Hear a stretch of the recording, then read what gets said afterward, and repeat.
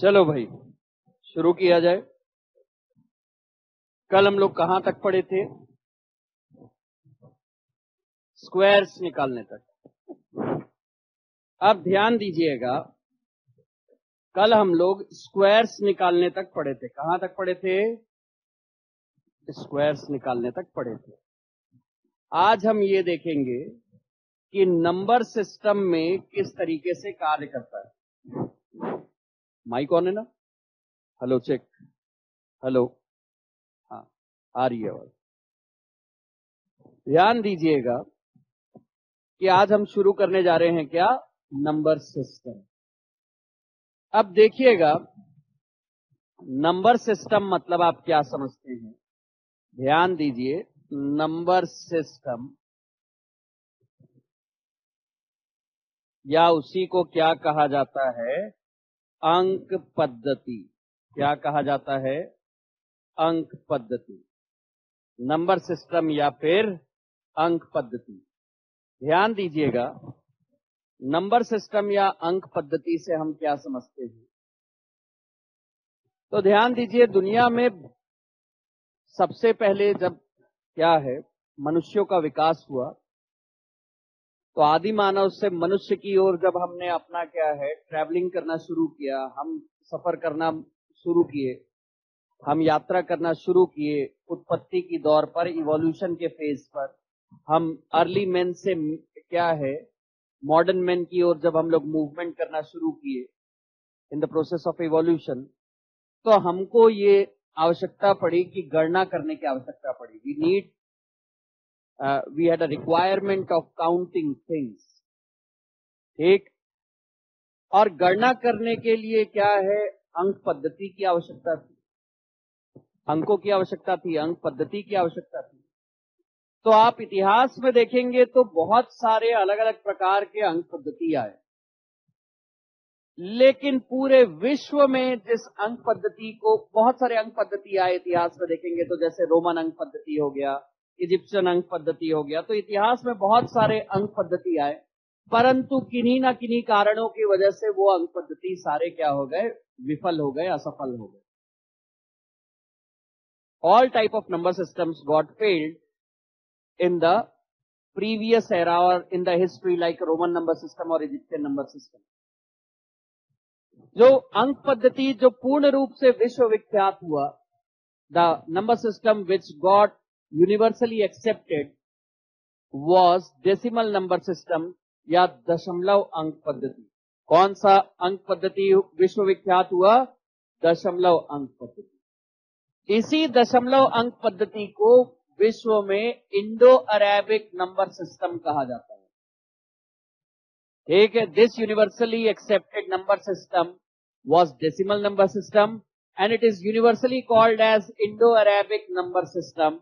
ध्यान दीजिएगा, इसी अंक पद्धति को क्या कहा जाता है? हिंद अरब अंक पद्धति कहा जाता है। अब ये हिंद अरब अंक पद्धति इसीलिए कहा जाता है क्योंकि इसका विकास हिंद में हुआ, भारत में हुआ, परंतु लगातार विभिन्न प्रकार के आक्रमणकारियों की वजह से एवं दिल्ली सल्तनत की वजह से एवं मुगल सल्तनत की वजह से इस अंक पद्धति का प्रसार मिडिल ईस्ट में भी हुआ, मतलब आपके जितने भी अरब देशों में भी हुआ, इसीलिए इसे इंडो अरेबिक नंबर सिस्टम कहा जाता है। Due to the regular invasion of various rulers from the Middle East, as well as due to the rule of Delhi Sultanate, as well as due to the rule of Mughal Empire, this number system got spreaded towards the Middle East. That's why it is known as Indo-Arabic number system. Bharat में इसका विकास हुआ, लेकिन प्रसार किस तरफ हुआ? Middle east की तरफ, अरब देशों की तरफ इसका क्या हुआ? प्रसार हुआ। इसीलिए इसे हिंद अरब अंक पद्धति भी कहा जाता है। पूरा गणित इसी हिंद अरब अंक पद्धति पर आधारित है। मूल रूप से, गणितीय रूप से इसे डेसिमल नंबर सिस्टम कहा जाता है या दशमलव अंक पद्धति कहा जाता है। डेसिमल नंबर सिस्टम या दशमलव अंक पद्धति। डेसी से आप क्या समझते हैं? डेसी मतलब होता क्या है? 10। और दशम मतलब क्या होता है? 10 टोटल। ठीक, दशम मतलब कितना हो गया? 10। डेसी मतलब कितना हो गया? 10। 10 मतलब क्या है? इसमें मूल संख्याओं की संख्या कितनी होगी? 10। 0, 1, 2, 3, 4, 5, 6, 7, 8, 9। मूल संख्याओं की संख्या कितनी हो गई? 10। The original number in decimal number system is 0 to 9। दुनिया के सारे नंबर सिस्टम इसी डेसिमल नंबर सिस्टम पे बेस्ड है। दुनिया के सारे अंक पद्धति इसी दशमलव अंक पद्धति पर आधारित है। एक जैसे बाइनरी नंबर सिस्टम, वो भी इसी डेसिमल नंबर सिस्टम पे बेस्ड है। Octal number system decimal number system पे बेस्ड है। Hexadecimal number system decimal number system पे बेस्ड है। तो आप कोई भी नंबर सिस्टम उठा लीजिए, वो डेसिमल नंबर सिस्टम पर बेस्ड है। क्यों? क्योंकि ये सबसे ज्यादा तार्किक है, सबसे ज्यादा लॉजिकल है और सबसे ज्यादा सही है। कैसे? आपको गिनती करना आता है कि नहीं? जब गिनती करना आता है तो हम 0, 1, 2, 3, 4, 5, 6, 7, 8, 9 9 तक गिनती किए। यहां पे ये तो यूनिट्स डिजिट है। टेंस डिजिट में कौन कौन से नंबर आते हैं? अभी यहां पे 0 है कि नहीं टेंस डिजिट में? अरे यस सर कि नो सर? ठीक। 0 से 9 तक जब हम अपना एक चक्र पूरा करते हैं, एक साइकिल पूरा करते हैं, देखो 0 से 9 तक गया तो टेंस डिजिट क्या हो जाता है? 1 से बढ़ जाता है। बढ़ता है कि नहीं? 9 के बाद अगली संख्या कौन सी आएगी? 10। फिर 11, 12, 13, 14, 15, 16, 17, 18, 19। देखो फिर से 0 से 9 तक गया कि नहीं? एक साइकिल फिर से पूरा किया तो फिर से दहाई अंक फिर से क्या हो जाएगा? बढ़ जाएगा। 20, 21, 22, 23, 24, 25, 26, 27, 28, 29। यदि आप दशमलव अंक पद्धति की बनावट समझ गए तो आपको दुनिया के सारे अंक पद्धति बड़े आसानी से समझ में आ जाएंगे। तो 29 तक गया कि नहीं गया? यस सर या नो सर? 29 तक गया है ना? तो फिर से दहाई अंक 1 से बढ़ जाएगा। अब 2 के जगह क्या आ जाएगा यहां पे? फिर 30 से 39 जाएगा, फिर 40 से 49, 50 से 59, 60 से 69, 70 से 79, 80 से 89 और 90 से 99। अरे यस सर या नो सर? तो देखिएगा, आप दहाई अंक को भी देखिए, टेंस डिजिट को भी देखिए, वो अपना एक साइकिल पूरा कर रहा है। पहले टेंस डिजिट क्या था? पहले टेंस डिजिट क्या था? फिर क्या हुआ? फिर क्या होगा? फिर 5, 6, 7, 8, 9। तो टेंस डिजिट भी अपना एक साइकिल पूरा किया कि नहीं? तो उसके बाद कौन सा बढ़ेगा? तो ध्यान देना, 99 आने के बाद कौन सा नंबर आएगा? 100 आएगा कि नहीं? अब देखो सैकड़ा अंक 1 आ गया। यस सर या नो सर? हमारा पूरा गणितीय योग्यता इसी अंक पद्धति पर आधारित है। कॉन्सेप्ट क्लियर है? इसी अंक पद्धति पर आधारित है। ध्यान दीजिएगा, सारे स्टूडेंट फोकस करिएगा। इसी अंक पद्धति पर हमारा पूरा दशमलव अंक पद्धति आधारित है। मतलब दुनिया के सारे अंक पद्धति दशमलव अंक पद्धति पर ही आधारित होते हैं। उदाहरण देखोगे? देखिए, जैसे दशमलव अंक पद्धति में मूल संख्याओं की संख्या कितनी होती है? 10। The basic, what are the fundamental numbers of decimal number system? How many numbers are there? 10. कहां से? 0 से लेकर 9 तक। ऑक्टल नंबर सिस्टम की बात करेंगे तो इसमें 8 संख्या होती है। ऑक्टल नंबर सिस्टम की बात करेंगे तो ध्यान दीजिएगा, ऑक्टल नंबर सिस्टम की यदि बात करते हैं तो इसमें कितने संख्या होते हैं? 8। एक लिखना नहीं है, फोकस मत कीजिए। ये ऑक्टल नंबर सिस्टम हमारे किसी काम का भी नहीं है क्वांटा पढ़ने के लिए, ठीक। लेकिन मैं बता रहा हूं दशमलव अंक पद्धति पर किस तरीके से दुनिया के सारे अंक पद्धति आधारित होते हैं। जैसे देखिएगा, ऑक्टल नंबर सिस्टम में सबसे पहला नंबर कौन सा आता है? 0, 1, 2, 3, 4 5 6 7, 8 नंबर हो गए। अगला नंबर कौन सा आएगा? दहाई अंक क्या है? 0 है। दहाई अंक क्या है? 0 है। अगला नंबर कौन सा आएगा बेटा? 1। 1 तो आ चुका है, देखो 1। 8 तो है ही नहीं इस नंबर में। मूल संख्याओं की संख्या कितनी है? 9 तक है। मतलब डेसिमल में 9 तक रहता है, इसमें 7 तक है। बताओ, सोचो, जैसा डेसिमल नंबर सिस्टम चला है वैसे ही ऑक्टल भी चलेगा। बताइए कौन सा नंबर आएगा अगला?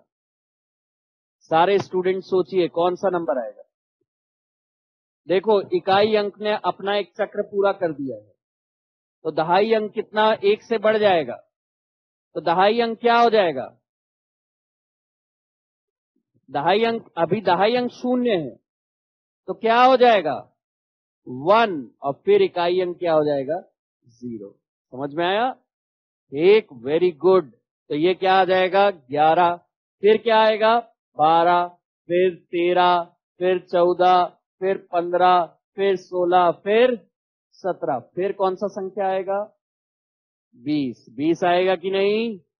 20, 21, 22, 23, 24, 25, 26, 27।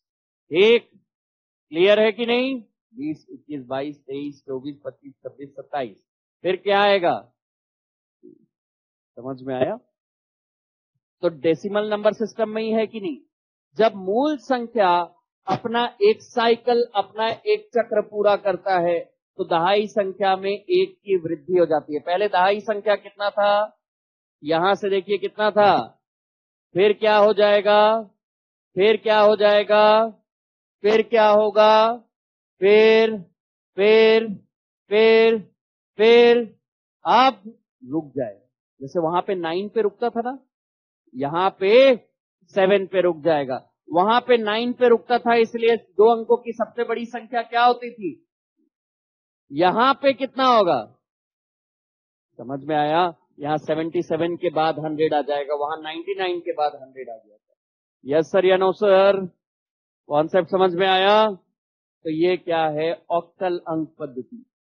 क्लियर है? अब देखिएगा सारे स्टूडेंट, फोकस करिएगा। ऑक्टल अंक पद्धति की, अगर ये अंक पद्धति की बात करें, बाइनरी अंक पद्धति भी इसी पर आधारित है, एक हेक्साडेसिमल अंक पद्धति भी इसी पर आधारित है। दुनिया के सारे अंक पद्धति क्या है? दशमलव अंक पद्धति पर आधारित है। दशमलव अंक पद्धति पे किसी को भी कोई डाउट है तो तुरंत पूछ सकते हैं, ऑक्टल में भी पूछ सकते हैं, कोई भी डाउट हो। किसी भी छात्र को बेटा बिंदास होके एकदम डाउट पूछना है। नागेश नागशक्ति, क्लियर है कि नहीं? पक्का बता? ठीक है, चलो चला जाए। चलिएगा, अब देखिएगा सारे स्टूडेंट, फोकस करिएगा। देख, अब नागेश तो फेमस हो जाएगा कुछ दिन में, ठीक है? क्योंकि ये जो वीडियो है ना, वो कहां पे जाने वाला है पता है? YouTube। अब सब जानेंगे तेरे को, ठीक? अब देखो, अंक पद्धति बनता किससे है? अंकों से बनता है। अंक पद्धति किससे बनता है? अंकों से तैयार होता है। अब ध्यान दीजिए, अंक पद्धति किससे तैयार होता है? अंकों से तैयार होता है। और अंक कितने प्रकार के होते हैं? तो मूल रूप से 3 प्रकार के होते हैं। कितने प्रकार के? 3 प्रकार के। पहले को बोला जाता है क्या? वास्तविक संख्या। क्या बोला जाता है पहले को? वास्तविक संख्या। एक। दूसरे को क्या बोल दिया जाता है? फटाफट बताइए। काल्पनिक संख्या। क्या बोला जाता है? काल्पनिक संख्या। तीसरा क्या होता है बताइए? तो मिश्रित संख्या बोला जाता है। क्या बोला जाता है? मिश्रित संख्या।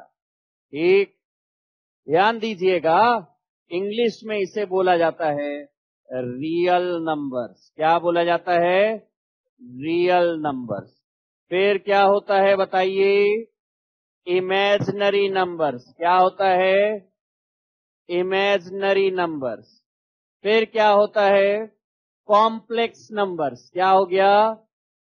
Complex numbers. एक, अब क्या है, ये तीनों वास्तविकता में क्या है, अब इनको समझने का प्रयास कीजिए। अगर मैं आपके अस्तित्व को परिभाषित करने के लिए बोलूं तो आप मुझे कैसे परिभाषित करेंगे? If I tell to define your existence, how would you define me? कि आप इस दुनिया में हैं, कैसे मुझे बताओगे? विज्ञान के आधार पर दो आधारों पर अस्तित्व को परिभाषित किया जाता है, उसे हम बोलते हैं स्पेस टाइम रिलेशनशिप। क्या बोला जाता है? Space time relationship. अभी वर्तमान में 9:33 हो रहा है, सुबह के 9:33 बज रहे हैं। एक, इस समय पर तुम कहां अपना जगह बना के बैठे हुए हो? यहां पटेल ट्यूटोरियल्स में पहले सीट पर जगह बना के रखे हुए हो तुम पांचों। यस सर कि नो सर? पहले सीट पर तुम पांच अपना स्थान ग्रहण करके रखे हो, कितने समय पर? 9:33 पे। एक, इस समय पूरी दुनिया में तुम्हारी उपस्थिति और कहीं पे नहीं। दूसरा, इस समय जिस स्थान पे तुम बैठे हुए हो उस स्थान पर कोई भी दूसरा व्यक्ति बैठ नहीं सकता है। तुमने इतना स्थान ग्रहण करके रखा है इस समय। इसी को बोला जाता है क्या? Space time relationship. और इसी के माध्यम से तुमको परिभाषित किया जा सकता है, ये तुम्हारे अस्तित्व को परिभाषित किया जा सकता है। यस सर या नो सर? तुम्हारा अस्तित्व इस संसार में है, कैसे पता चलता है? कि 9:33 को तुम इस स्थान पे बैठे हुए हो, इसका मतलब पूरे विश्व में तुम्हारी उपस्थिति कहीं और नहीं हो सकती। ठीक? यस सर या नो सर? ठीक? तो ये, और तथा कोई भी व्यक्ति वर्तमान में 9:33 को इस स्थान को ग्रहण नहीं कर सकता। यस सर या नो सर? इसी आधार पर तुम्हारा अस्तित्व परिभाषित हो रहा है कि नहीं हो रहा है? ठीक है, वैसे ही इस टेबल का अस्तित्व परिभाषित हो रहा है, वैसे ही उस ग्लोब का अस्तित्व परिभाषित हो रहा है कि इस समय इस ग्लोब जो स्थान ग्रहण करके रखा है, इस समय कोई भी दूसरा वस्तु उस स्थान को नहीं ले सकता है 9:33 के समय पर। यस सर या नो सर? तो इसीलिए इसका अस्तित्व परिभाषित है, इसीलिए इसे वास्तविक वस्तु बोला जाता है, इसीलिए इसे रियल पर्सन बोला जाता है। ये कौन है? Real person. इन्हें स्पेस टाइम रिलेशनशिप के माध्यम से, स्थान एवं समय के बीच में संबंध के माध्यम से क्या किया जा सकता है? इसके एग्जिस्टेंस को डिफाइन किया जा सकता है, इसके अस्तित्व को परिभाषित किया जा सकता है। समझ में आया कि नहीं आया? अरे यस सर या नो सर? अचानक से मान ले जो है अंजलि अचानक से बाहर निकलती है, अचानक से अनु को बाहर भी देख देती है तो तुरंत बेहोश हो जाएगी। ये अंदर भी अनु थी, बाहर भी अनु है, तो तुरंत क्या हो जाएगी? बेहोश हो जाएगी। यस सर या नो सर? फिर सबको आके क्या बोलेगी? अरे वो काल्पनिक है, वो वास्तविक नहीं है। अरे हाँ या नहीं? ऐसे दुनिया में सारी संख्याएं, जैसे जैसे मनुष्यों के अस्तित्व को परिभाषित किया जाता है स्पेस टाइम रिलेशनशिप के माध्यम से, वास्तविक संख्या को परिभाषित किया जाता है नंबर लाइन के माध्यम से। समझ में आया? यस सर या नो सर? एक, इसी को क्या बोला जाता है? Real number. जो संख्या इस नंबर लाइन में, ऐसी कोई भी संख्या जो इस नंबर लाइन पे कुछ ना कुछ मान रखती हो, उसे क्या बोला जाता है? वास्तविक संख्या बोला जाता है। उसे क्या बोला जाता है? वास्तविक संख्या बोला जाता है। कॉन्सेप्ट समझ में आया? अरे यस सर या नो सर? एक, ऐसे क्या बोला जाता है? ऐसे किसी भी चीज को हम क्या बोलते हैं? वास्तविक संख्या बोलते हैं। एक, समझ में आया? तो जितनी भी संख्याएं आपके मन में आ रही हैं, जितनी भी संख्याएं आपके मन में आ रही हैं, ध्यान दीजिएगा, तो हम उनको क्या बोलते हैं? तो ध्यान दीजिए, 1, -1, 0, √3, √2, 5, 7, 8, 3/2, 1/2, ये इस नंबर लाइन पे कहीं ना कहीं तो स्थित होंगे। आपके मन में जितने भी संख्या आ रहे हैं, सब के सब संख्या √3/2, पाई, सब के सब क्या हो जाएंगे? वास्तविक संख्या हो जाएंगे। सारे के सारी संख्या क्या हो जाएंगे? वास्तविक संख्या हो जाएंगे। या रियल नंबर्स हो जाएंगे। कॉन्सेप्ट क्लियर है? जब काल्पनिक संख्या की बात करते हैं, इमेजिनरी नंबर्स की बात करते हैं, तो आप इसको समझने का प्रयास कीजिए कि काल्पनिक संख्या की बात करते हैं। जैसे अभी ये खाली चेयर है, ठीक है, तो ये चेयर जो एक दो चेयर खाली है, उनको मैं क्या बोलूं कि ध्यान दीजिएगा कि अगर मैं ये बोलूं इन पर कोई बैठा हुआ है, ठीक, तो तुम लोग क्या बोलोगे? सर डरा क्यों रहे हो, दिख तो नहीं रहा है। ठीक, ध्यान दीजिए, उस चेयर पे अगर मैं बोलता हूं कि कोई बैठा हुआ है, तो वो स्थान ग्रहण, इसका मतलब क्या उस चेयर, जो खाली चेयर है, उस पर कोई और नहीं बैठ सकता है क्या? बैठ सकता है। ठीक, इस समय पे भी बैठ सकता है और किसी समय पर भी बैठ सकता है। ठीक, तो वो स्थान ग्रहण कर पा रहा है कि नहीं? वो कोई, मैं बोला हूं उस चेयर पे कोई बैठा हुआ है, तुम बोले सर चलो झूठ मत बोलो, कोई नहीं बैठा हुआ है, खुद जाके बैठ के दिखा दोगे, ठीक है, देखो कोई नहीं बैठा हुआ है। अगर कोई बैठा हुआ होता तो मैं उस सीट पे नहीं बैठ पाती। यस सर कि नो सर? ठीक, मतलब ध्यान दीजिए, स्पेस टाइम रिलेशनशिप के माध्यम से उसको क्या है, डिफाइन नहीं किया जाता है। तो आपको कोई भी भूतों की कहानी सुनाता है तो आप तुरंत क्या बोलते हो? ये सब अंधविश्वास है, ये सब काल्पनिक है, इसका कोई अस्तित्व नहीं है। यस सर या नो सर? ठीक, क्लियर है कि नहीं? कॉन्सेप्ट क्लियर है कि नहीं? ठीक, वैसे ही काल्पनिक संख्या, ध्यान दो, वास्तविक संख्या का कुछ ना कुछ मान होता है जिसे नंबर लाइन में दर्शाया जाता है। ठीक, और अचानक से तुमको कोई बोल दे कि इस दुनिया में भूत नहीं होते, भूत प्रेत कुछ नहीं होता है, तो तुम उसको कहानी सुनाने लगते हो कि नहीं? मेरे दादाजी के परदादा जी ने एक भूत देखा था जो 4 पांव और 2 सिर के साथ घूम रहा था, ऐसे करके कहानी सुनाते हो कि नहीं? मतलब तुम उसके अस्तित्व को नकारना नहीं चाहते, भले ही वो काल्पनिक है, लेकिन तुम उसके अस्तित्व को नकारना नहीं चाहते। इसका मतलब वास्तविकता में वो संसार में है या नहीं है? है, तभी तुम उसको क्या है, उसके अस्तित्व को नकारना नहीं चाह रहे हो।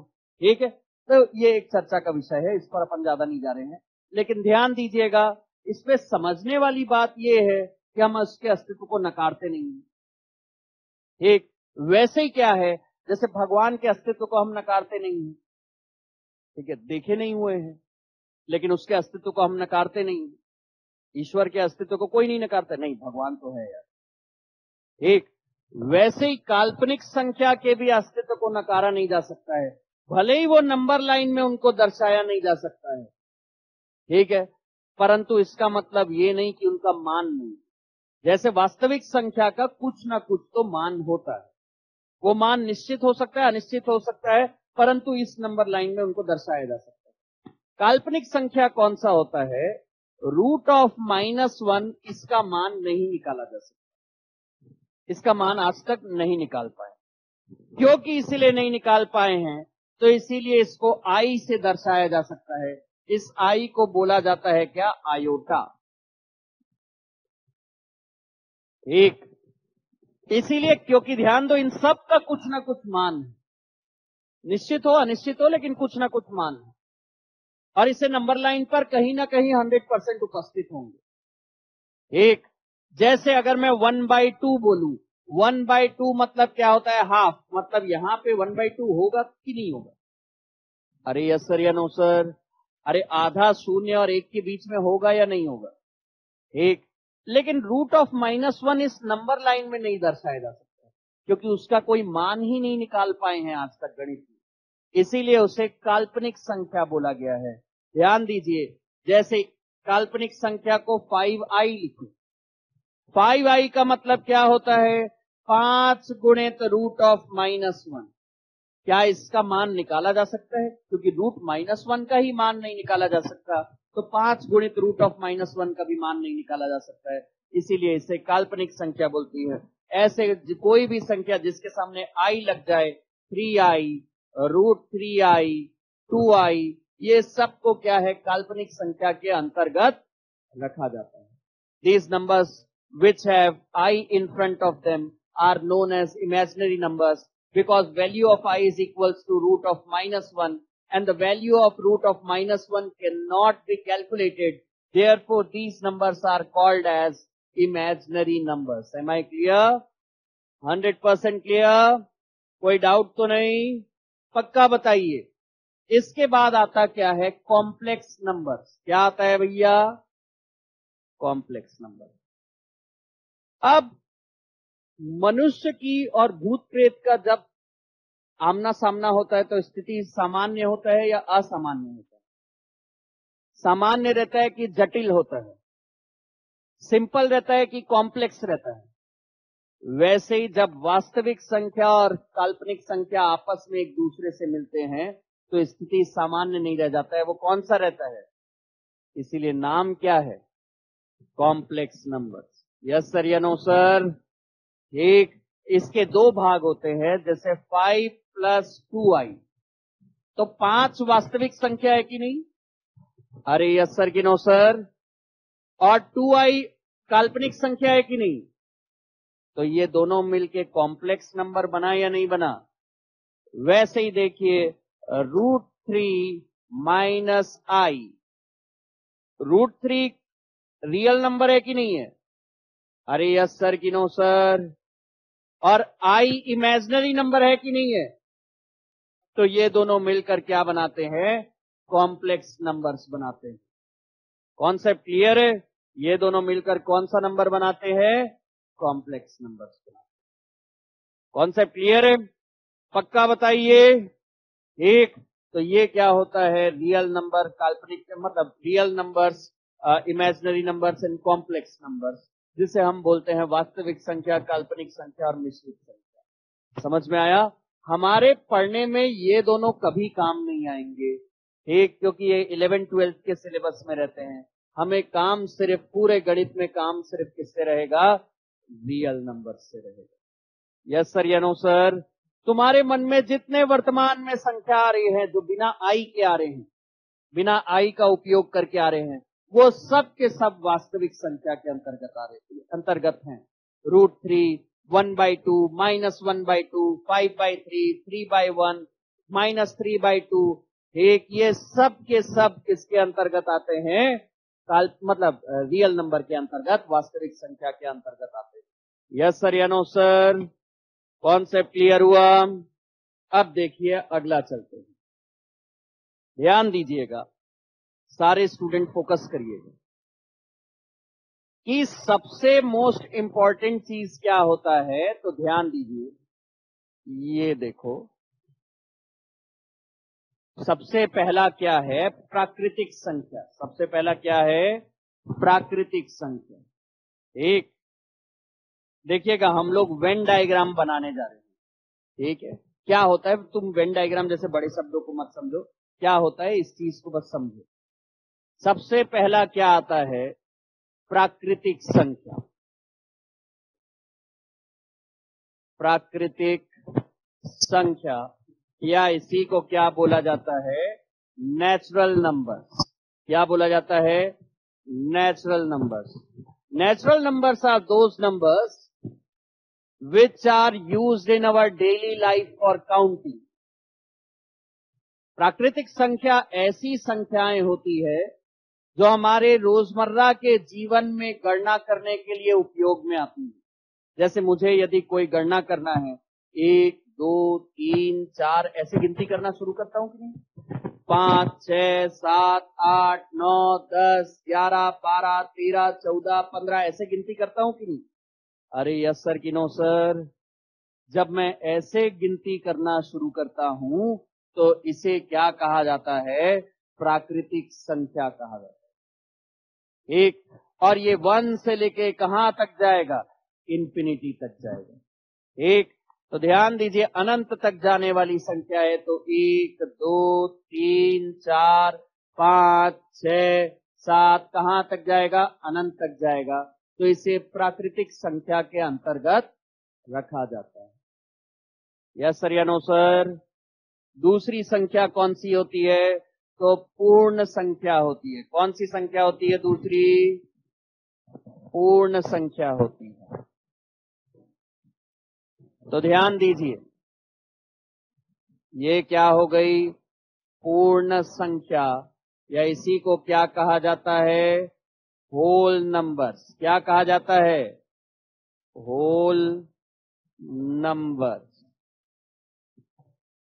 तो ध्यान दो, क्या आप होल नंबर के अंतर्गत प्राकृतिक संख्या को देख पा रहे हैं कि नहीं? ये होल नंबर की सीमा देखो, ये पूरी सीमा है होल नंबर का। उसके अंदर प्राकृतिक संख्या है कि नहीं है? उसके अंतर्गत प्राकृतिक संख्या है या नहीं है? मतलब ये सारे नंबर होल नंबर होंगे कि नहीं? एक से लेके अनंत तक सारे नंबर क्या है? होल नंबर है। लेकिन समझना, जीरो क्या है? होल नंबर है, वो प्राकृतिक संख्या नहीं। देखो, इसके बॉर्डर के बाहर है कि नहीं? प्राकृतिक संख्या के बॉर्डर के बाहर होल नंबर है कि नहीं? शून्य। तो शून्य एक क्या है? पूर्ण संख्या है, परंतु वो प्राकृतिक संख्या नहीं है। कॉन्सेप्ट क्लियर हुआ कि नहीं हुआ? पक्का बताइए। ठीक, नागेश, पक्का? तो ध्यान देना, ये सारे प्राकृतिक संख्या पूर्ण संख्या है, परंतु शून्य एक ऐसी पूर्ण संख्या है जो प्राकृतिक संख्या नहीं है। All the whole number, all the natural numbers are whole numbers, but zero is such a whole number which is not a natural number. Concept clear हुआ कि नहीं? पक्का बताइए। ठीक, अब इसके बाद देखिएगा, इसके बाद आता क्या है? इंटीजर्स। क्या आता है भैया? इंटीजर्स आता है कि नहीं? Integers.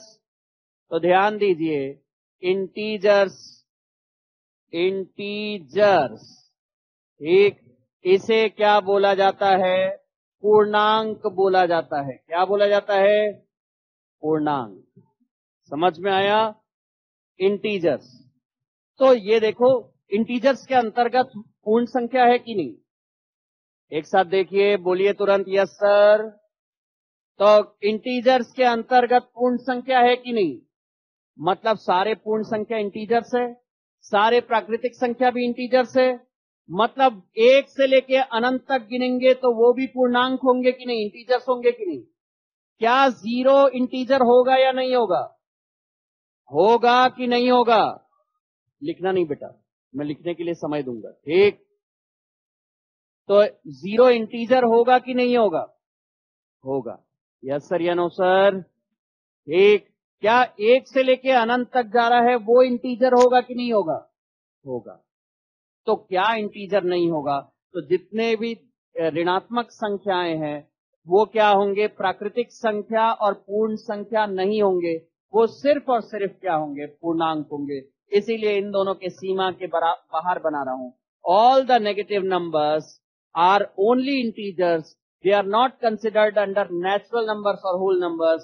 That's why they would be written outside the boundary of natural numbers or whole numbers. जैसे देखिएगा, -1, -2, -3, -4, -5, -6, कहां तक जाएगा? -इंफिनिटी तक जाएगा। यस सर कि नो सर? कॉन्सेप्ट क्लियर हुआ? भानु प्रताप, पक्का? आप ध्यान दीजिएगा, सारे स्टूडेंट फोकस करिएगा। ये देखिए, इसके बाद क्या आता है? परिमेय संख्या। क्या आता है? परिमेय संख्या। उसी को क्या बोला जाता है? Rational numbers. यस सर या नो सर? परिमेय संख्या, परिमेय संख्या या रैशनल नंबर, रैशनल नंबर्स ऐसी संख्याएं जिन्हें a बटा b के रूप में लिखा जा सके, ऐसी संख्याएं जिन्हें a बटा b के रूप में लिखा जा सके और b शून्य के बराबर ना हो, ऐसी संख्याओं को परिमेय संख्या कहा जाता है। The numbers which can be written in the form of a by b, where b is not equals to 0, such numbers are called as rational numbers. Am I clear? तो देखो, ये सबसे बाहर बना हुआ है कि नहीं परिमेय संख्या? तो क्या सारी प्राकृतिक संख्या परिमेय संख्या है? एक, क्या सारी पूर्ण संख्या परिमेय संख्या है? क्या सारे पूर्णांक परिमेय संख्या है? कैसे बोल रहे हो है? इसे a बटा b के रूप में लिखा जाना चाहिए, तो यहां पे तो कोई संख्या नीचे है ही नहीं, तो कैसे परिमेय संख्या होंगी? अरे अंतर्गत आ रहा है, लेकिन परिमेय संख्या का परिभाषा क्या है? ऐसी संख्या जिसे a बटा b के रूप में लिखा जा सके जिसमें b शून्य के बराबर ना हो। Any number which can be written in the form of a by b where b is not equals to 0, such numbers are called as rational numbers. तो where is b? a तो दिख रहा है, ऊपर वाली संख्या तो दिख रही है हमें, b कहां है?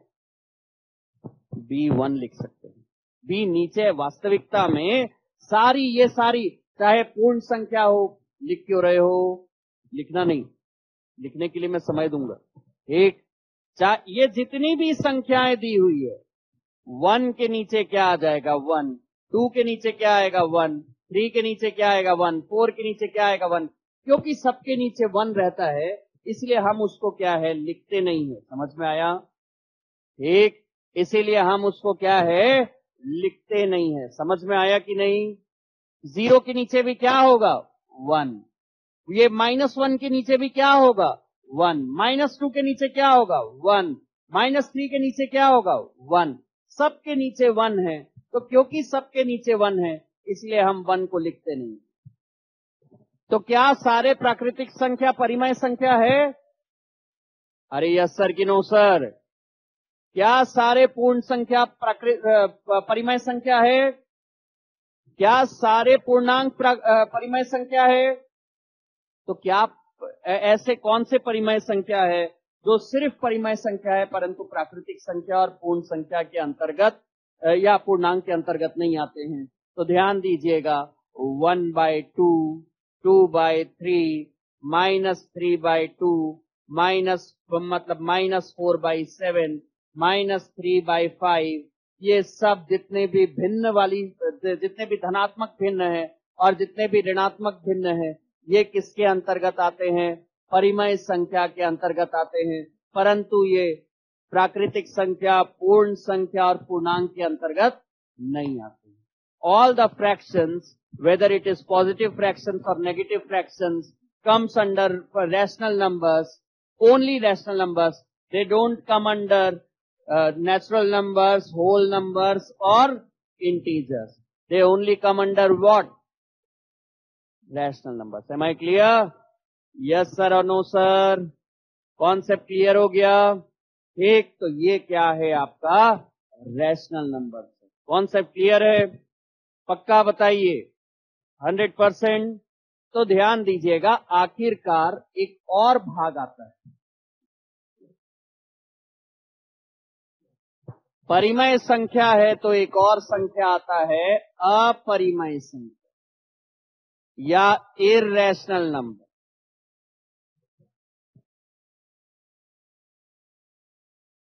Irrational number. मुझे एक बात बताइए,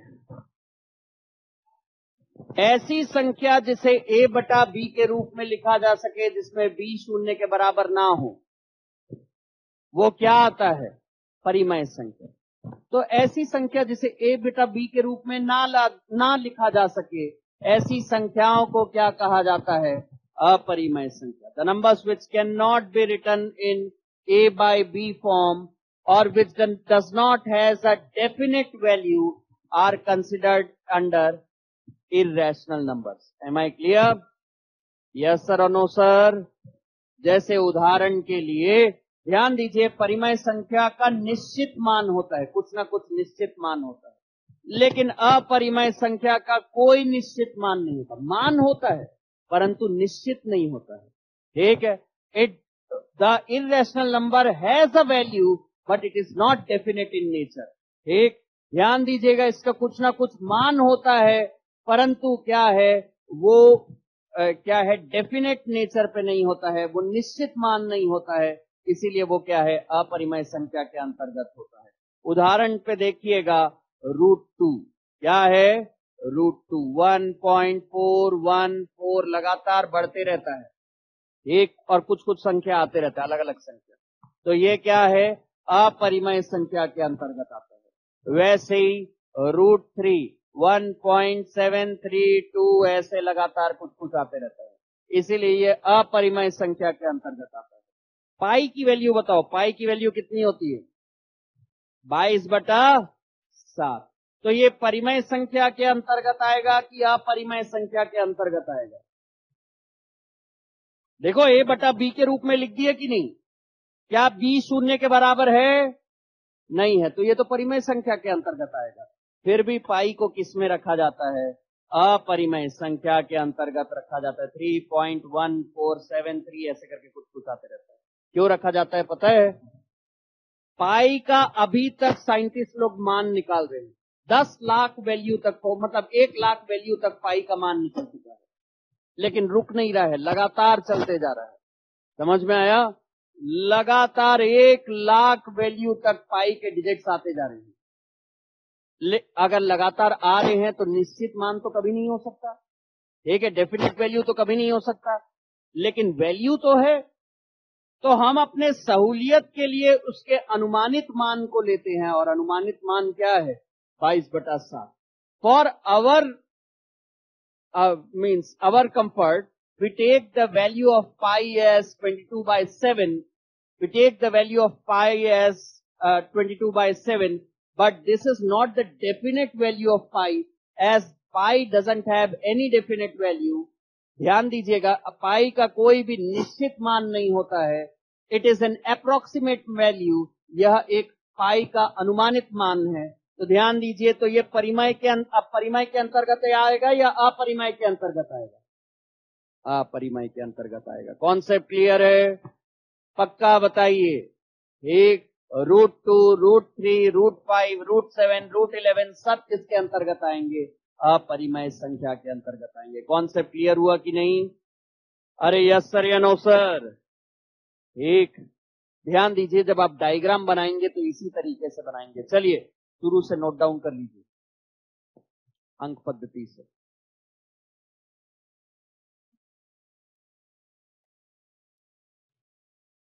चेंज करूं? ऑक्टल नंबर चाहो तो लिख सकते हो, चाहो लिखोगे लिख लो, लेकिन ये कोर्स में नहीं है आपके।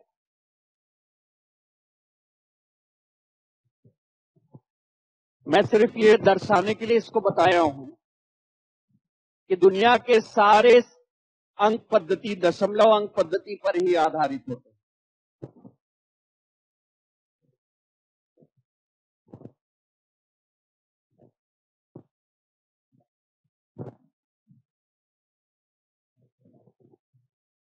चेंज करूं स्लाइड?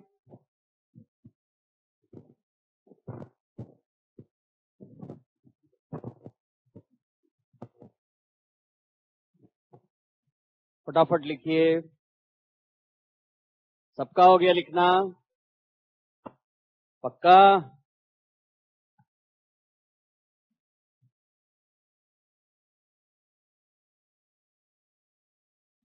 अब ध्यान दो, 1 मिनट के लिए बस ध्यान दीजिएगा। एक लास्ट लाइन जोड़ना भूल गया। ये दोनों किसके प्रकार हैं? वास्तविक संख्या के प्रकार हैं। वास्तविक संख्या के प्रकार हैं। परिमेय संख्या और अपरिमेय संख्या, वास्तविक संख्या या रियल नंबर्स के 2 टाइप्स। ठीक, ये परिमेय अपरिमेय संख्या और परिमेय संख्या रियल नंबर के 2 टाइप्स है। ठीक, अब ध्यान दो, अगर मैं बोल दिया कि रैशनल नंबर क्या है? रियल नंबर का एक टाइप है, इसका मतलब इंटीजर भी रियल नंबर का एक होगा, इसका मतलब होल नंबर भी क्या है? रियल नंबर का एक टाइप होगा, और नेचुरल नंबर भी रियल नंबर का एक टाइप होगा। ये ध्यान देना, रैशनल नंबर के अंतर्गत आता है इंटीजर, इंटीजर के अंतर्गत आता है होल नंबर, होल नंबर के अंतर्गत आता है क्या? Natural number. चलिए लास्ट टॉपिक डिस्कस कर रहा हूं आज के दिन का, ध्यान दीजिएगा। कल फिर अपन अभाज्य संख्या पढ़ेंगे, ठीक है, प्राइम नंबर्स पढ़ेंगे। प्राइम नंबर्स के बाद क्या पढ़ेंगे? को प्राइम नंबर्स पढ़ेंगे, क्वीन प्राइम नंबर्स पढ़ेंगे, ठीक है, और रूल्स ऑफ डिविजिबिलिटी पढ़ना शुरू करेंगे। ठीक है, कल अपन अभाज्य संख्या पढ़ेंगे, सह अभाज्य संख्या पढ़ेंगे, जुड़वा अभाज्य संख्या पढ़ेंगे, और उसके बाद क्या है? विभाजन के नियम को पढ़ना शुरू करेंगे। क्लियर है? आज का लास्ट टॉपिक, प्राकृतिक संख्या को दो आधारों पर वर्गीकृत किया जाता है। प्राकृतिक संख्या को दो आधारों पर वर्गीकृत किया जाता है। The natural numbers are categorised into two types on the basis of divisibility by 2. दो के भाग देने पर संख्याओं को मतलब प्राकृतिक संख्याओं को दो भाग में वर्गीकृत किया जाता है। एक संख्या को बोला जाता है सम संख्या और दूसरे संख्या को बोला जाता है क्या? विषम संख्या। ऐसी संख्याएं जो दो से पूर्णतः भाजित होती हैं उन्हें सम संख्या कहा जाता है, या the numbers which are completely divisible by 2 are called as even numbers. और ऐसी संख्याएं जिसे दो से भाजित नहीं किया जा सकता उन्हें विषम संख्या कहा जाता है। The numbers which are not completely divisible by 2 are called as odd numbers, are called as odd numbers. Am I clear? Yes sir और नो सर? जैसे कौन कौन सी संख्या दो से पूर्णतः भाजित होती है? 2, 4, 6, 8, 10, 12, कहां तक जाएंगे? अनंत तक। वैसे ही ऑड नंबर्स कौन कौन सा हो जाएगा? 1, 3, 5, 7, 9, 11, 13, कहां तक जाएंगे? अनंत तक। क्योंकि ये प्राकृतिक संख्या के दो तरीके से वर्गीकरण किया हूं, इसीलिए यहां पे शून्य नहीं लिखा हूं। लेकिन शून्य को आपको किसके अंतर्गत लेना चाहिए? सम संख्या की विषम संख्या, इवन नंबर और odd number. In what section you would put the number 0, then 0 is considered as what? Even number. Am I clear? 0 is considered as what? Even number. परंतु कई किताबें ऐसे भी हैं जो 0 को क्या बोलते हैं? ओरिजिन के रूप में देखते हैं। उसे क्या है? सम और विषम दोनों के अंतर्गत नहीं रखा जाता है। In some of the books, 0 is not considered as even or odd number. It is generally considered as origin. Neither it is even, neither it is odd, neither it is positive, neither it is negative. It is the ultimate 0. Yes sir या no sir? लेकिन कई किताबों में 0 को सम संख्या के अंतर्गत रखा जाता है। हम जब भी शून्य को मानेंगे तो हम उसको क्या मानेंगे? इवन नंबर मानेंगे। यस सर या नो सर? अब देखिए, अगर मैं 10 तक गिनती करता हूं तो इसमें कितने इवन नंबर रहेंगे और कितने ऑड नंबर रहेंगे? तो 10 तक की गिनती करो तो 1, 2, 3, 4, 5, 6, 7, 8, 9, 10। तो बताओ कितने इवन नंबर है, कितने सम संख्या है? 1, 2, 3, 4, 5। और कितने ऑड नंबर है बताइए भाई? 1, 2, 3, 4, 5। इसको हम श्रृंखला में इस अवधारणा का अपन उपयोग करेंगे कि अगर 10 तक के, जब सीरीज पढ़ेंगे ना तो ध्यान दीजिएगा, इस अवधारणा का उपयोग करेंगे। जब 10 तक के गिनती गिनता हूं तो कितने इवन नंबर होंगे? 5। कितने सम संख्या होंगे? एक साथ बोलिए। और कितने विषम संख्या होंगे? ठीक। यदि मैं गिनती 25 तक करता हूं तो कितने इवन नंबर होंगे और कितने ऑड नंबर होंगे? अच्छा 25 नहीं, 50 तक कर देते, तुम्हारे लिए थोड़ा आसान हो जाएगा। 50 तक करते हैं। 50 तक की गिनती करता हूं तो कितने इवन नंबर, कितने ऑड नंबर? कितने? 25 इवन नंबर और 25 ऑड नंबर। 100 तक गिनती करूंगा तो कितने इवन नंबर, कितने ऑड नंबर? 50 इवन नंबर और 50 ऑड नंबर। यहां 25 इवन नंबर और 25 ऑड नंबर। 150 तक की गिनती करता हूं तो कितने इवन नंबर और कितने ऑड नंबर? 75 इवन नंबर और 75 ऑड नंबर। 75 सम संख्या और 75 विषम संख्या। इस बात को याद रखिएगा। इसको अपन श्रृंखला में इसी कॉन्सेप्ट को उपयोग करेंगे। जब सीरीज पढ़ेंगे तो आएगा ये कॉन्सेप्ट दोबारा। क्लियर है? यस सर, यस सर कि नो सर? तो आज अपन कौन कौन सी चीजें देखे हैं? सबसे पहले हमने ये देखा अंक पद्धति क्या होता है, फिर अंकों का वर्गीकरण देखे, फिर हमने प्राकृतिक संख्या, पूर्ण संख्या, पूर्णांक, परिमेय संख्या, अपरिमेय संख्या, ये सारे देखे, और उसके बाद हमने सम संख्या और विषम संख्या को देखा। यहाँ पे क्या है, आज की क्लास को हम क्या करते हैं, कंप्लीट करते हैं। कल हम अभाज्य संख्या को पूरा एक सेक्शन के रूप में अलग से पढ़ेंगे। यस सर या नो सर? तो अभाज्य संख्या थोड़ा छोटा टॉपिक है। अभाज्य, अभाज्य, जुड़वा भाज्य और समग्र संख्या, इन सबको एक सेपरेट टॉपिक के रूप में पढ़ेंगे, और उसके बाद पढ़ना शुरू करेंगे क्या, रूल्स ऑफ डिविजिबिलिटी, विभाजन का नियम। Am I clear? Yes sir और नो सर? चलिए आज के लिए बस इतना ही, थैंक यू। चला जाए? चलो देखो, कल हम लोग पढ़े हुए थे, पिछले क्लास में हम लोग ये पढ़ लिए थे कि इलेक्ट्रॉन, प्रोटॉन और न्यूट्रॉन की संख्या कैसे निकालते हैं। हाँ कि ना? निकल जाएगा ना कि नहीं निकल पाएगा? निकल जाएगा, ठीक। दूसरा हमको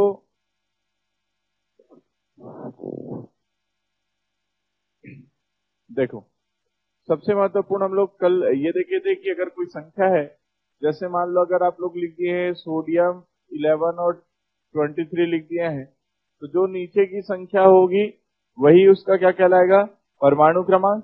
और जितना परमाणु क्रमांक होगा उतना ही इलेक्ट्रॉनों की संख्या, उतना ही प्रोटॉनों की संख्या। तो इलेक्ट्रॉन और प्रोटॉन की संख्या 11-11 हो जाएगा, क्योंकि नीचे की संख्या 11 है।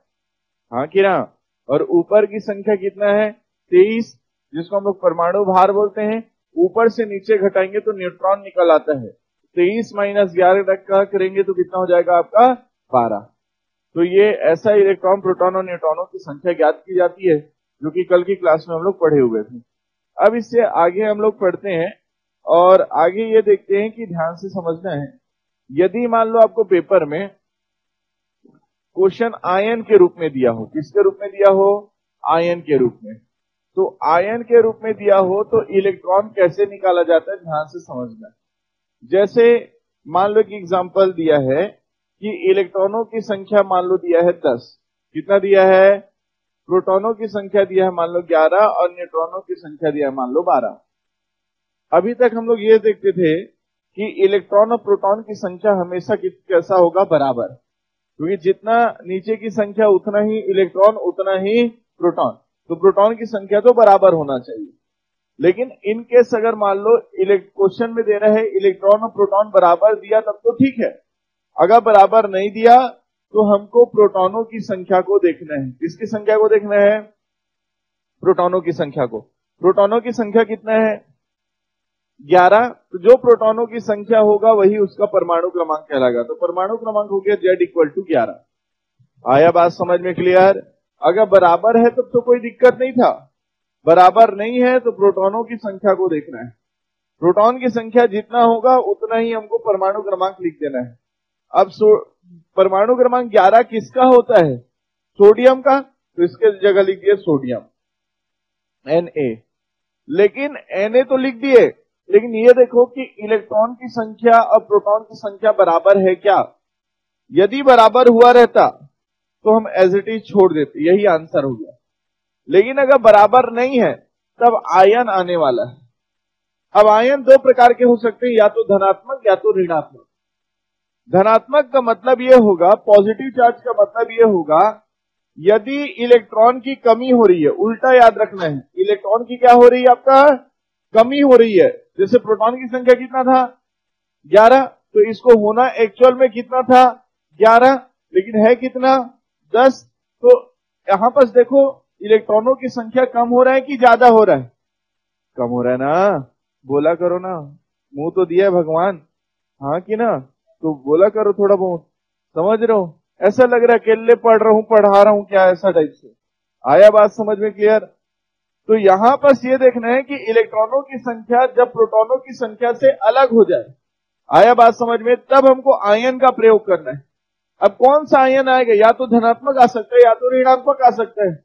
यदि इलेक्ट्रॉनों की संख्या कम नजर आए, मतलब कम, जितना प्रोटॉन से कम नजर आता है, आया बात समझ में, तो धनात्मक लगाना है। क्या लगाना है? और अगर मान लो ज्यादा आता तो ऋणात्मक लगाना है।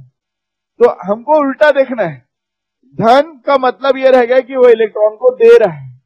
अगर पॉजिटिव चार्ज आ रहा है मतलब इलेक्ट्रॉन को डोनेट कर रहा है, और डोनेट करेगा तब खुद में कमी आएगा। मान लो मेरे पास 11 रुपए था पहले, अब 1 रुपए किसी को दे दिया, तब तो 10 रुपए हुआ ना मेरे पास। दिया तब, जब देगा तो धन चार्ज लगाना है, दिया तो, और लिया तो कौन सा चार्ज लाना है आपका, माइनस।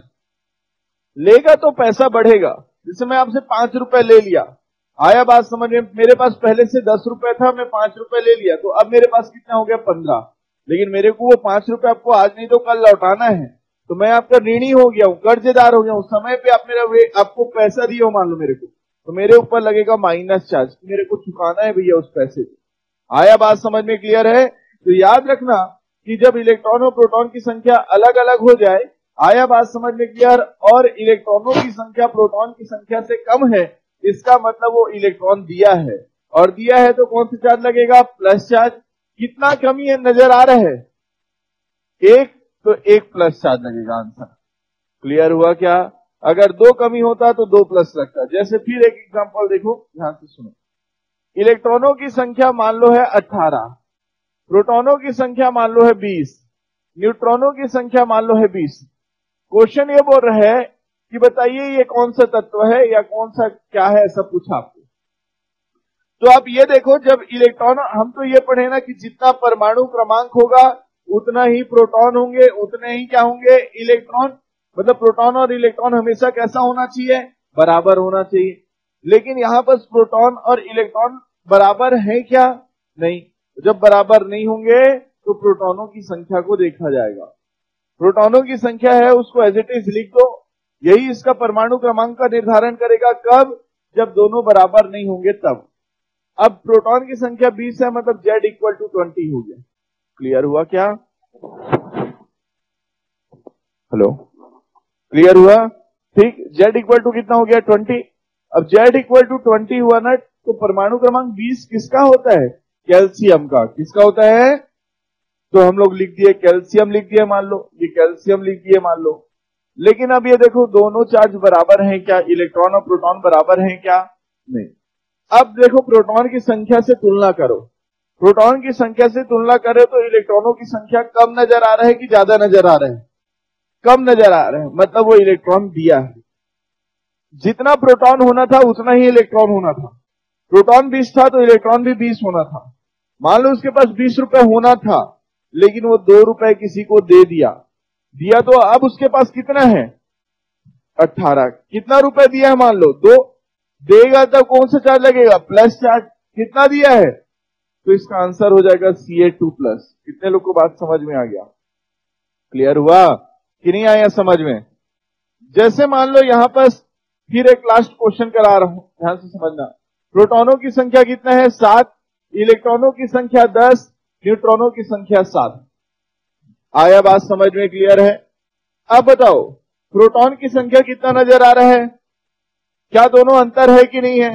अगर दोनों अंतर नहीं होता, इलेक्ट्रॉन की संख्या 7, मान लो इलेक्ट्रॉनों की संख्या 7, प्रोटॉनों की संख्या 7 और न्यूट्रॉनों की संख्या 7 दिया होता, तो ये तो बराबर है, दोनों बराबर है ना। तो Z की वैल्यू कितनी हो गई, 7। 7 किसका होता है, नाइट्रोजन का। तो आंसर लगा दिया नाइट्रोजन बस। हाँ कि ना, इसमें आयन आने वाला नहीं है क्योंकि इलेक्ट्रॉन और प्रोटॉन बराबर है। लेकिन यहां पास देखो, जब दोनों आपका अलग अलग हो तो प्रोटॉनों की संख्या को देखना है। अब ये प्रोटॉनों की संख्या को लिख दो 7 है, तो इसका आंसर हो जाएगा नाइट्रोजन। लेकिन एक बात को समझो कि प्रोटॉन और इलेक्ट्रॉन को फिर देखो, क्या इलेक्ट्रॉनों की संख्या ज्यादा है कि कम है, ज्यादा है। एक्चुअल में इसको होना कितना था, 7, अभी है कितना, 10। मतलब ये कुछ इलेक्ट्रॉन किसी से लिया है तब तो बढ़ा है, हाँ कि ना। जब इलेक्ट्रॉन एक्सेप्ट करेगा तो माइनस चार्ज, और डोनेट करेगा तो प्लस चार्ज। कि इसके पास होना 7 रुपए था, लेकिन अभी है 10 रुपए, मतलब वो 3 रुपए किसी से लिया है तो माइनस चार्ज। कितना लिया है, 3, तो इसका आंसर हो जाएगा N-3। कितने लोग को बात समझ में आ गया कि नहीं आया? आ गया ना, पक्का बन जाएगा कि नहीं बन जाएगा, बन जाएगा। चलो एक लास्ट क्वेश्चन लिखो, क्वेश्चन ये खुद से बनाना। इलेक्ट्रॉन 10, प्रोटॉन 12, न्यूट्रॉन मान लो 12 ही रख देते हैं। वो तो ऐसे देख करके बता दोगे, बनाने की जरूरत नहीं।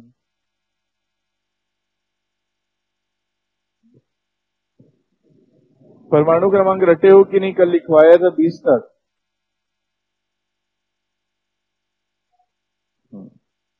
Mg+2 आया बात समझ में क्लियर? Mg+2 होगा। क्लियर हुआ क्या? मतलब यहां बस प्रोटॉन 12 है, मतलब परमाणु क्रमांक कितना होना था? 12। 12 किसका होता है? मैग्नीशियम का, तो मैग्नीशियम लिख दिए।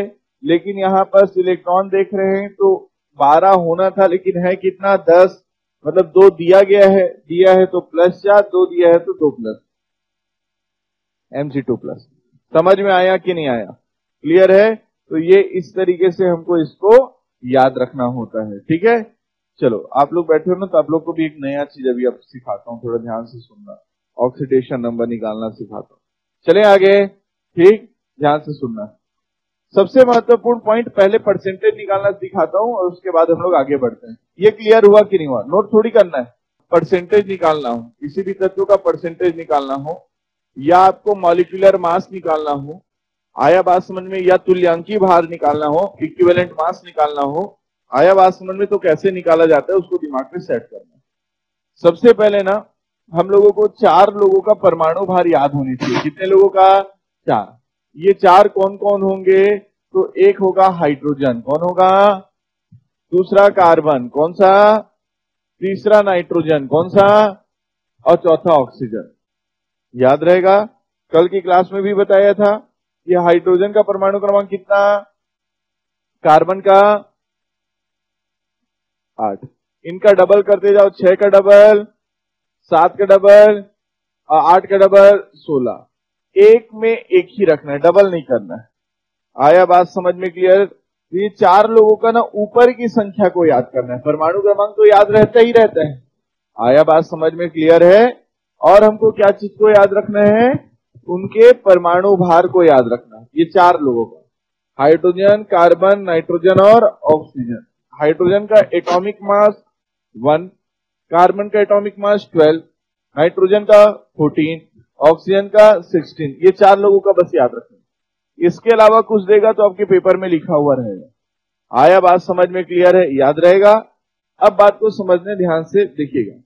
सबसे पहले ना आपको किसी भी कंपाउंड में, किसी भी यौगिक में परसेंटेज निकालना होता है तो सबसे पहले निकालना होता है अणुभार। क्या होता है?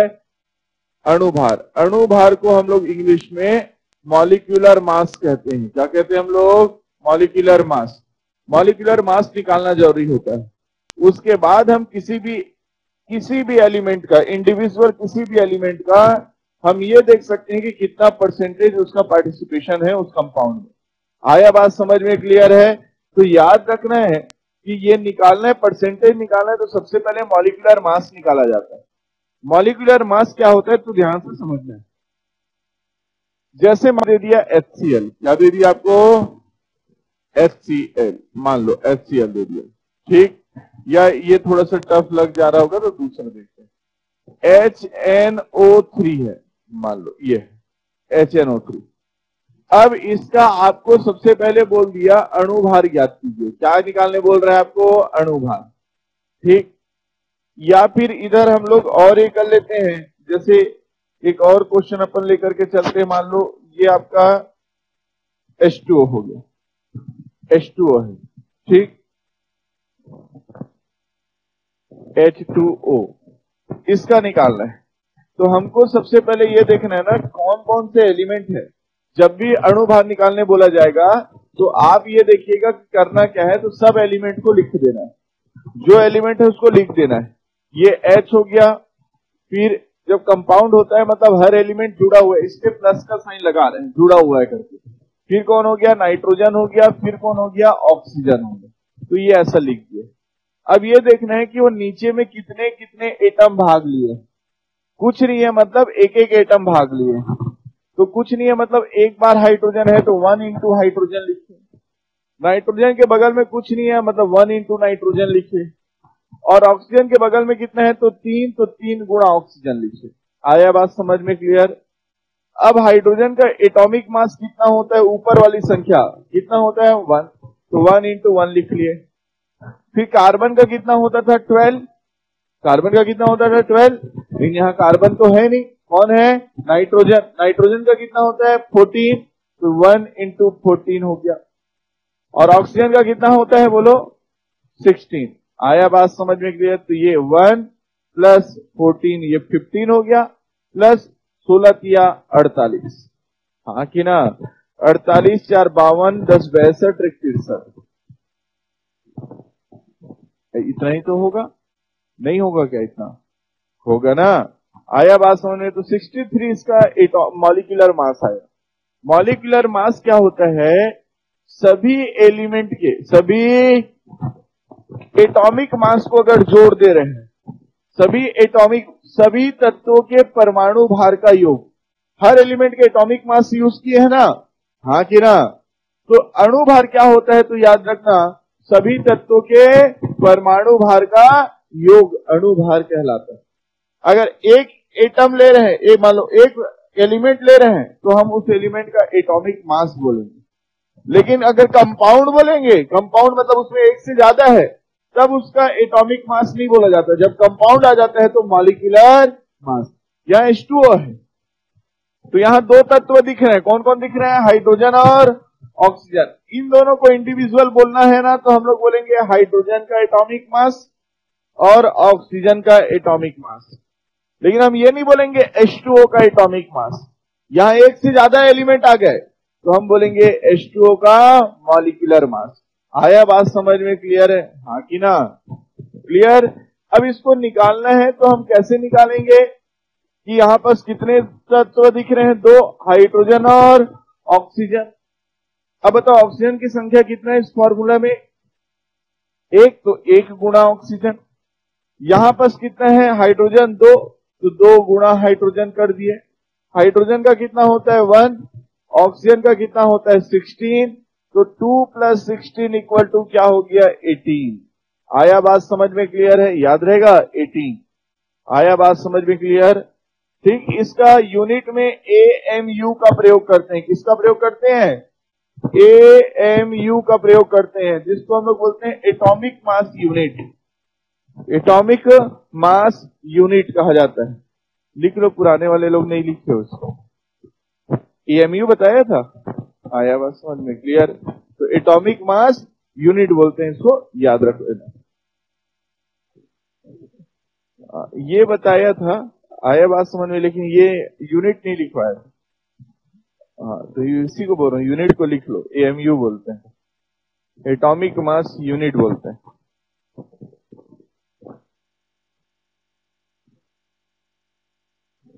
हो गया, समझ में आया कि नहीं आया। अब आप लोग बनाओगे क्वेश्चन। क्वेश्चन पहला, NH2CO NH2। दूसरा क्वेश्चन,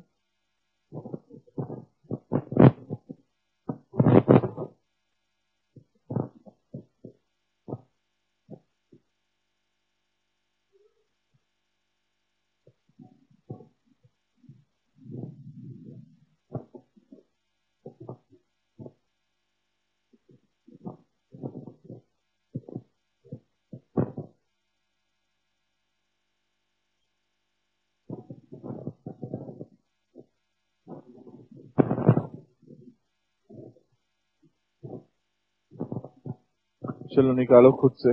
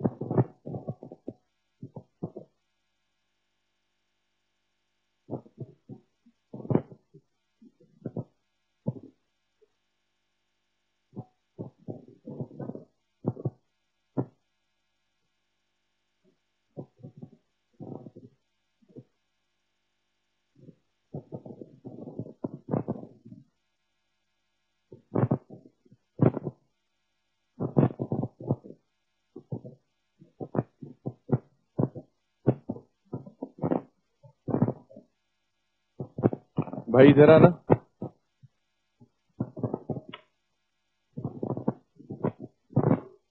ये दोनों को चार्ज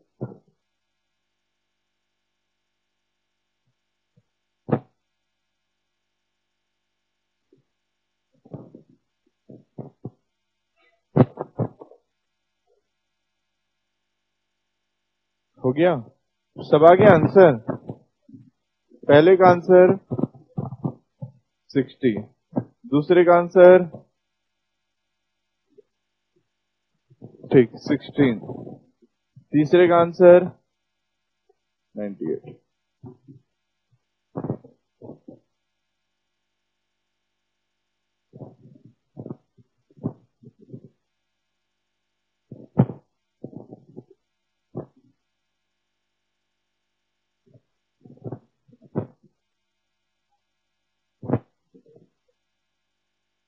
हो गया। समझ में आया? कोई ऐसा जिसको नहीं आया हो पूछ लो। सबको आ गया? Very good. देखो फिर आगे बढ़ते हैं। पहला वाला क्वेश्चन क्या था? NH2CO NH2, इसको बोलते हैं यूरिया। क्या बोलते हैं? यूरिया का सूत्र है NH2CO NH2। ठीक। अब बात को समझना। आप सबसे पहले ना इसको एलिमेंट को तोड़ दो। एलिमेंट को तोड़ दो तो कितने एलिमेंट पार्टिसिपेट कर रहे हैं? तो नाइट्रोजन भाग ले रहे हैं, हाँ कि ना। उसके बाद कौन भाग ले रहे हैं? हाइड्रोजन। फिर कौन भाग ले रहे हैं? कार्बन। फिर कौन ले रहे हैं? ऑक्सीजन। तो ऐसा लिख लो। अब देखो कि इस पूरे फॉर्मूले में फिर नाइट्रोजन और हाइड्रोजन है, फिर रिपीट हो रहे हैं। तो नाइट्रोजन और हाइड्रोजन तो पहले से लिख चुके हैं ना, अब पहले से लिख चुके हैं, इसलिए उसको बार बार रिपीट ना हो करके हम लोग डायरेक्ट लिख रहे हैं। इस पूरे फॉर्मूले में नाइट्रोजन एक बार, यहां नाइट्रोजन एक बार, टोटल कितने बार? तो 2 गुना नाइट्रोजन लिखेंगे। क्लियर हुआ? हाइड्रोजन टोटल कितने बार? 2 और 2 4, तो 4 गुना हाइड्रोजन लिखेंगे। कार्बन एक बार और ऑक्सीजन एक बार। अब नाइट्रोजन का कितना होता है टोटल? 14, तो 2 गुना 14 प्लस 4 गुना कितना हो गया? 1 प्लस 1 गुना कितना हो गया? 12 प्लस 1 गुना कितना हो गया? 16। ये हो गया 14 दूनी 28 plus 4 32 plus 12 44 plus 16 equal to 7। Clear हुआ? समझ में आया कि नहीं आया? भाई ये रिकॉर्डिंग खराब होगा ना तो मैं आईटी वाले लोग को नहीं सुनाई दे रहा होगा कि बार बार माइक घरघरा रहा है करके। हाँ, रिकॉर्डिंग बस खराब नहीं होना चाहिए। समझ में आया कि नहीं आया? क्लियर हुआ? ठीक। तो इतना बातों को दिमाग में सेट करके रखना है। ये आ गया। CH4 था, दूसरा कौन था आपका? CH4। तो CH4 है, तो CH4 में तो ये कौन है आपका? मीथेन। मीथेन में कितने कार्बन है? एक बार कार्बन है और 4 बार क्या है आपका? हाइड्रोजन है। तो कार्बन का कितना हो जाएगा? 1 गुना कार्बन रख रहे हैं तो 12 और 4 गुना 1 रखेंगे तो 1, तो ये 12 प्लस 4 कितना हो गया आपका? 16। दूसरा जो दिए थे वो, हाँ कि ना। और एक क्या दिए थे आपका? H2SO4। तो H2SO4 अगर दिए हुए हैं तो इस फॉर्मूले में दिया हुआ था S = 32। ये 4 लोगों का तो आपको नहीं देगा, हाइड्रोजन, कार्बन, ऑक्सीजन, इनका तो नहीं देगा। जैसे CH4 था, आपको नहीं दिया, आपको खुद जानना है। लेकिन वहां पर हाइड्रोजन और ऑक्सीजन के अलावा कौन आ गया है? सल्फर। तो ब्रैकेट में लिख दिया सल्फर = 32, मतलब वो एटॉमिक मास को बता रहा है। अब इस फॉर्मूले में आप इसको तोड़ दीजिए। तोड़ देंगे तो क्या आपका हाइड्रोजन आ गया, फिर सल्फर आ गया, फिर कौन आ गया आपका? ऑक्सीजन आ गया। हाइड्रोजन कितने बार है? 2 बार। सल्फर कितने बार है? 1 बार। ऑक्सीजन कितने बार है? 4 बार। तो ये लिख देंगे, क्या लिख देंगे? 2 गुना 1 प्लस 1 गुना 32 प्लस 4 गुना 16। तो ये हो जाएगा, ये तो लिख दिए 2 प्लस कितना हो गया? 32, तो 34 प्लस 16 64, और ये हो जाएगा टोटल कितने हो जाएगा? 98। तो 98 इसका आंसर हो जाएगा। आया बात समझ में? निकाल लोगे कि नहीं निकाल लोगे? बन जाएगा। इस प्रकार से इसको हमको याद रखना था। ये था आपका कौन सा? Atomic mass. आया बात समझ में? क्लियर? एटॉमिक मास तो ये हो गया। इस एटॉमिक मास के अलावा जब हमको किसी भी चार्ज का जैसे तुल्यांकी भार निकालना होता है, आया बात समझ में क्लियर? इक्विवेलेंट मास निकालना होता है। देख लो, तुल्यांकी भार इक्विवेलेंट मास, जब ये निकालना होता है ना, तब हम सबसे पहले परमाणु भार निकालेंगे, मतलब अणु भार निकालेंगे। क्या निकालेंगे? जैसे निकाले वैसे निकालेंगे, लेकिन उसके बाद ना उसमें कितने चार्जेस हैं उसको हम लोग डिवाइड करते हैं। जैसे हम उसको बोलते हैं एन फैक्टर बोलते हैं। क्या बोलते हैं? N factor. तो तुल्यांकी भार जो निकलेगा वो टोटल मॉलिक्यूलर जो मास है, आया बात समझ में, डिवाइडेड बाई एन फैक्टर बोलते हैं, एन फैक्टर। जैसे कि एग्जांपल ध्यान से समझना, मान लो अगर आपको पेपर में पूछ दिया है NaCl, क्या बोल दिया है? NaCl। आया बात समझ में क्लियर है? जहां Cl का मास दिया है, Cl का मास दिया है मान लो 35.5, आया बात समझ में? और सोडियम को दे रहा है मान लो आपका 23। क्या दे रहा है आपका? 23। ऐसा दिया क्योंकि दोनों हाइड्रोजन, कार्बन, ऑक्सीजन और नाइट्रोजन तो है नहीं, हाँ कि ना? दोनों को बता दिया आपको, दोनों को बता दिया है, तो आपको क्या करना है, ध्यान से समझना है कि आप क्या करें। या NaCl आपको कठिन लग रहा होगा तो आप HCl लिख लो। क्या लिख लो? HCl। तो हाइड्रोजन का एटॉमिक मास कितना होता है? 1। ये तो देने की जरूरत है नहीं, हाँ कि ना? क्लोरीन का कितना रहेगा? 35 दशमलव कितना हो गया? 5। ये दिया हुआ है, समझ लो। अब ये दिया हुआ है ना, तो आप क्या करोगे, अब इसका पहले अणु भार निकालोगे। क्या निकालोगे? अणु भार, मॉलिक्यूलर मास निकालोगे। तो मॉलिक्यूलर मास क्या निकलेगा? H निकलेगा, और क्या निकलेगा? Cl निकलेगा, हाँ कि ना? ये कितना हो गया? 1 गुना H और 1 गुना Cl। आया बात समझ में क्लियर है? याद रहेगा?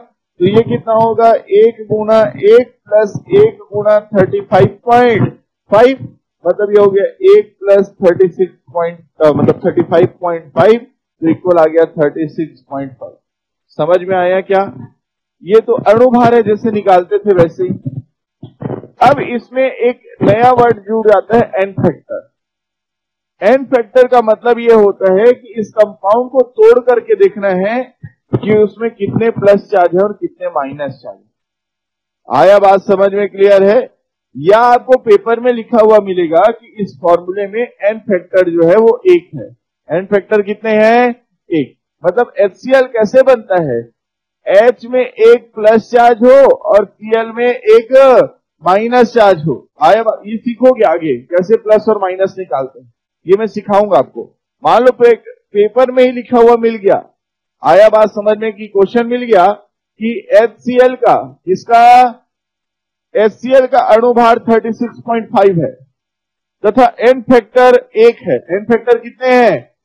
एन फैक्टर ये बताएगा प्लस या माइनस की संख्या, प्लस या माइनस की संख्या। आया बात समझ में क्लियर? दोनों की संख्या बराबर होगा, उसी को लेना है।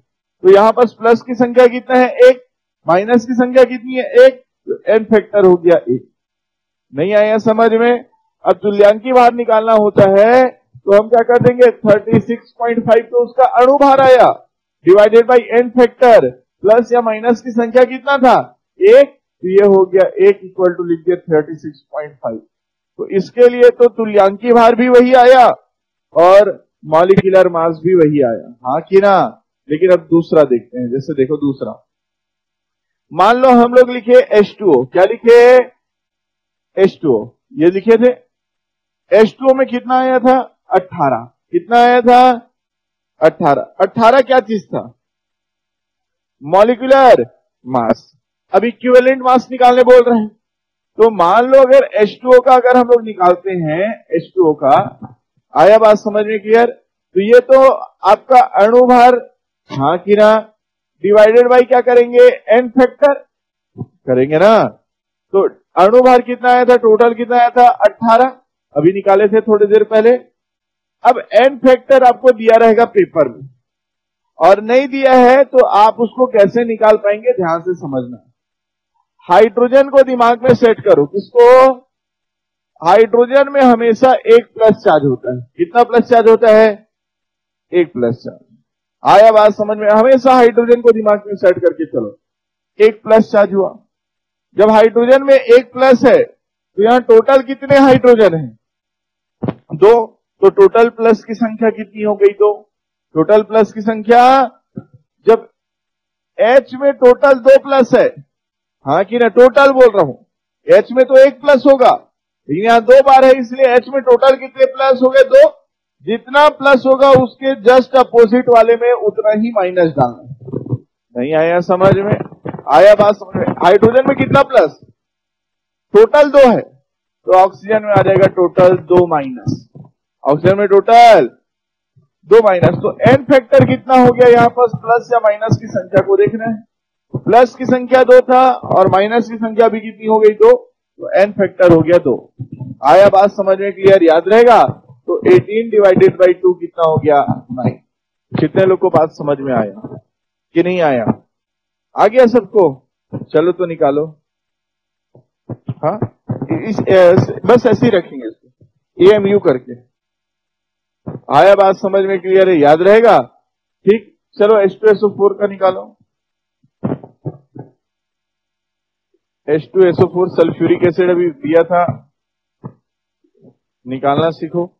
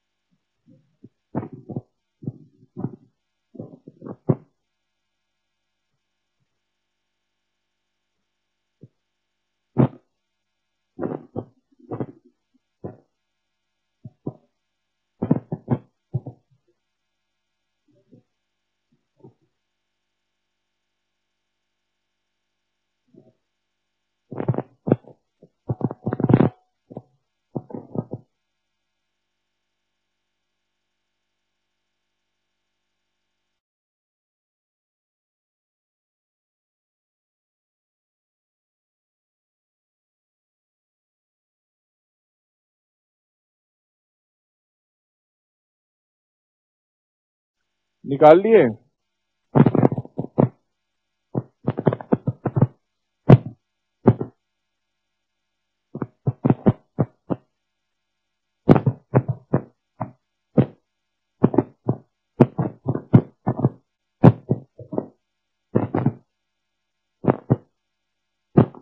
ये देखो, जैसे ये लिखा हुआ है H2O equivalent mass, molecular weight of H2O is कितना?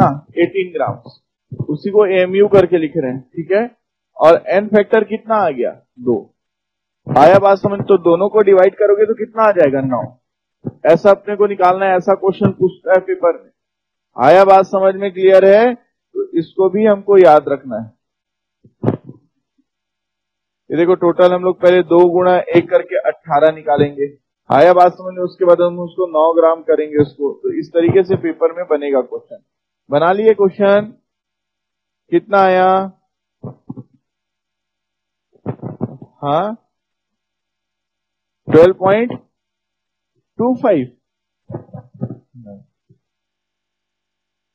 नहीं आएगा उतना। 98 का आधा करो ना, वही उसका आंसर होगा। हाँ,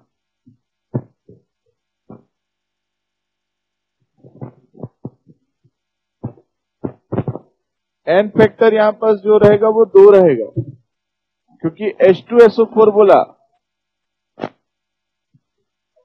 आया बात समझ में? क्लियर? देखो, कई लोग बना करके भी डाल दिए। ये अभी मैं बनाना सिखा देता हूं आप लोग को, लेकिन ये लिखा हुआ है।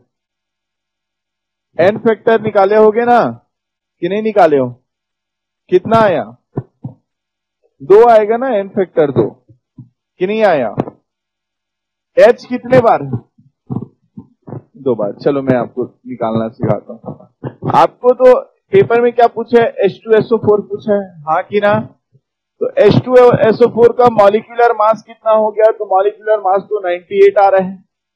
क्लियर है? निकाल करके भी देखे थे, जहां S इक्वल टू 32, इसलिए उसी को दिया था आपको, हाँ कि ना? ठीक। अब आपको तो क्या निकालना है? आपका इक्विवेलेंट मास निकालना है, तुल्यांकी भार निकालना है। और तुल्यांकी भार बराबर होता है अणु भार divided by n factor. Clear है? अब एन फैक्टर क्या चीज है? प्लस या माइनस की संख्या निकालना है आपको। तो ये बताओ हाइड्रोजन में कितना प्लस होता है? एक। लेकिन कितना हाइड्रोजन है टोटल? तो इस पूरे हाइड्रोजन में टोटल 2 प्लस है, तो बाकी सब में टोटल कितने माइनस हो गए? 2 माइनस। तो एन फैक्टर हो गया 2। अब 2 एन फैक्टर हुआ तो 98 को डिवाइडेड बाई 2 कर दो तो आ जाएगा 49। ये इसका आंसर हो गया। कितने लोग को बात समझ में आ गया कि नहीं आया? अब बनेगा कि नहीं बन जाएगा? फिर दूं एक तो क्वेश्चन? हाँ, शुरू का बस देखना रहेगा।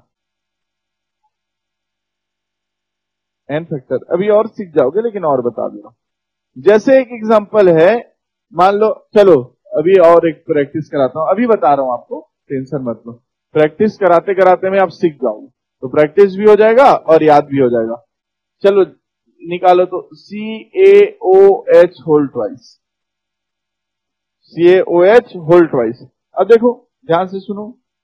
मान लो इसका हमको नहीं पता है ना, तो हमको 3 चीजों को लेकर के चलना है। OH, NO3, CO3 और SO4। ये 4 को अभी से रट करके चलना है। किसको किसको बोल रहा हूं? OH, NO3, CO3, SO4 रटना है, उसके बाद लिखा करो। आया बात समझ में? OH, NO3, CO3, SO4।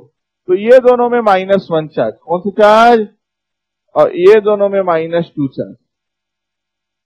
OH में -1, ठीक, NO3 में -1, CO3 में -2, SO4 में -2। इस फॉर्मूला में कौन दिख रहा है आपको? देखो तो OH दिख रहा है क्या? बोलो ना। और OH में कितना चार्ज होता है? लेकिन इस पूरे फॉर्मूले में OH कितने बार है? तो टोटल कितना माइनस हो गया? -2 हो गया। तो Ca में आ जाएगा +2। जितना माइनस उतना प्लस। आया बात समझ में? तो एन फैक्टर हो गया 2। नहीं आया समझ में? ये आपका देखो Ca है और OH है, 2 बार है, तो आप इसको तोड़ दो। 2 ठो दिख रहा है ना, 2 दिख रहा है मतलब Ca दिख रहा है और कौन दिख रहा है आपको? OH दिख रहा है। ठीक है, अब ये देखो कितने एटम्स दिख रहे हैं आपको? OH कितने बार है? 2 बार, तो आप लिख दो 2 लिख दो। ठीक, अब बताओ OH में कौन सा चार्ज आता है? -1। तो ये 2 गुणा क्या कर दे रहा हूं? -1। हाँ कि ना? तो यहां पर कितना आ गया? -2। तो जब एक के पास में किसी एक का पता चल जाता है तो दूसरे वाले में साइन को बस अपोजिट करेंगे और फेंक देंगे। जैसे -2 है तो इसका पूरा क्या हो जाएगा आपका? +2। आया बात समझ में? क्लियर?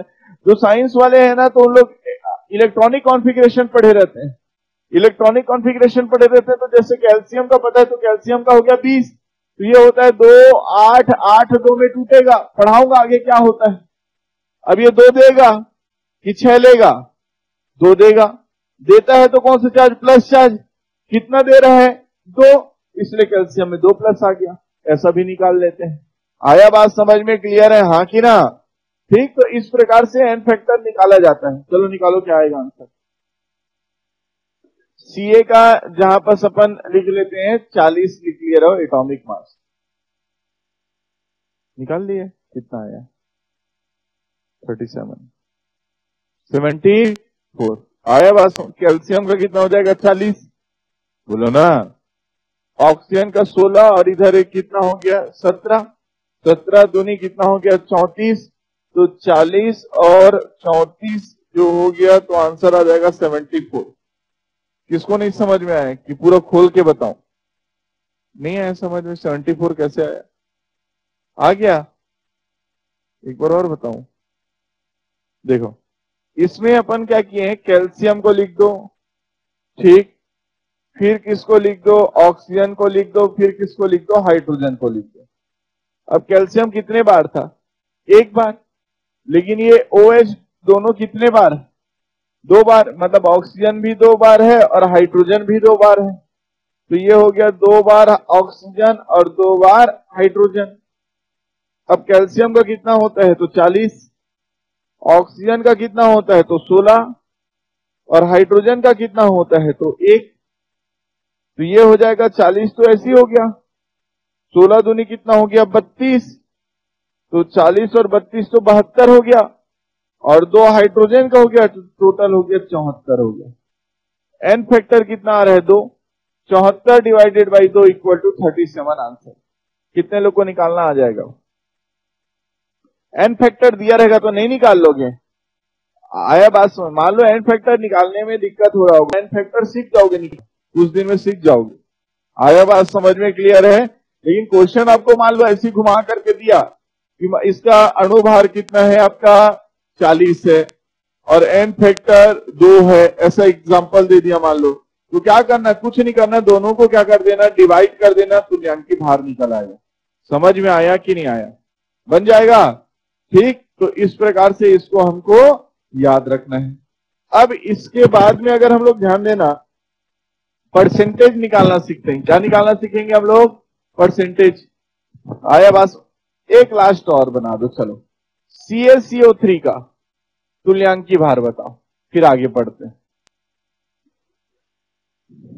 इक्विवेलेंट मास निकालना है, तुल्यांकी भार 50। कितने लोग आ गया? 50 सही आंसर। आया बात समझ में? क्लियर? अरे अभी तो बताया था, चार्ट लिखवाया था, लिखे हो कि नहीं लिखे भगवान जाने। OH -1, NO3 -1, CO3 -2, SO4 -2। आया बात समझ में? लिखवाया था। तो यहां पर तो ये पता चल जाना चाहिए कि CO3 में कौन सा चार्ज आ रहा है -2, तो Ca में कौन सा आ रहा है +2, तो एन फैक्टर हो गया 2। मैं निकालना इसलिए सिखा रहा हूं कि पेपर में दिया रहेगा एन फैक्टर मान लो, लेकिन अगर मान लो नहीं दिया तो निकालना भी तो सीख सकते हैं, हाँ कि ना? आया बात समझ में? अब इसको क्या करना है, इसका मॉलिक्यूलर मास निकालना है बस। मॉलिक्यूलर मास निकालोगे तो Ca कितने बार है? 1 बार, तो 1 गुणा Ca लिख दिए। कार्बन कितने बार है? 1 बार, तो 1 गुणा कार्बन लिख दिए। ऑक्सीजन कितने बार है? 3 बार, तो 3 गुणा ऑक्सीजन लिख दिए। कैल्शियम का कितना होता है? तो 1 गुणा कितना हो गया 40, प्लस कार्बन का 1 गुणा कितना हो गया आपका 12, हाँ कि ना? और इसका कितना हो जाएगा? 3 गुणा कितना हो जाएगा 16, तो ये हो गया 40 है प्लस 12 है तो 52, प्लस 16 दिया 48, 52 और 48 इक्वल टू हो जाएगा 100। 52 प्लस 48 कितना हो जाएगा 100। आया बात समझ में? क्लियर है? याद रहेगा? ठीक, 100 हुआ। तो ये तो अणुभार आया, लेकिन इसका तुल्यांकी भार निकालने बोल रहे हैं। इक्विवेलेंट मास क्या होता है आपका? मॉलिक्यूलर मास डिवाइडेड बाई 2 क्यों किए? क्योंकि एन फैक्टर 2 आया है, इसलिए। फॉर्मूला 2 नहीं होता, एन फैक्टर होता है, हाँ कि ना? लेकिन एन फैक्टर 2 आया है। आया बात समझ में? तो ये 100 डिवाइडेड बाई 2 इक्वल टू 50। आया बात समझ में? क्लियर? निकाल लोगे कि नहीं निकाल लोगे? बन जाएगा ना? इजी है बहुत। आया बात समझ में? क्लियर है? बस थोड़ा सा दिमाग लगाना है कि पेपर का अप्रोच हर कोई अणुभार तक पहुंचता है, हम एक स्टेप आगे जाकर के करें, क्योंकि दिन प्रतिदिन क्वेश्चन का लेवल नीचे जा रहा है। मान लो ऐसा क्वेश्चन आए तो भी घबराना नहीं, क्वेश्चन में पूरा लिखा रहेगा कि एन फैक्टर इतना है।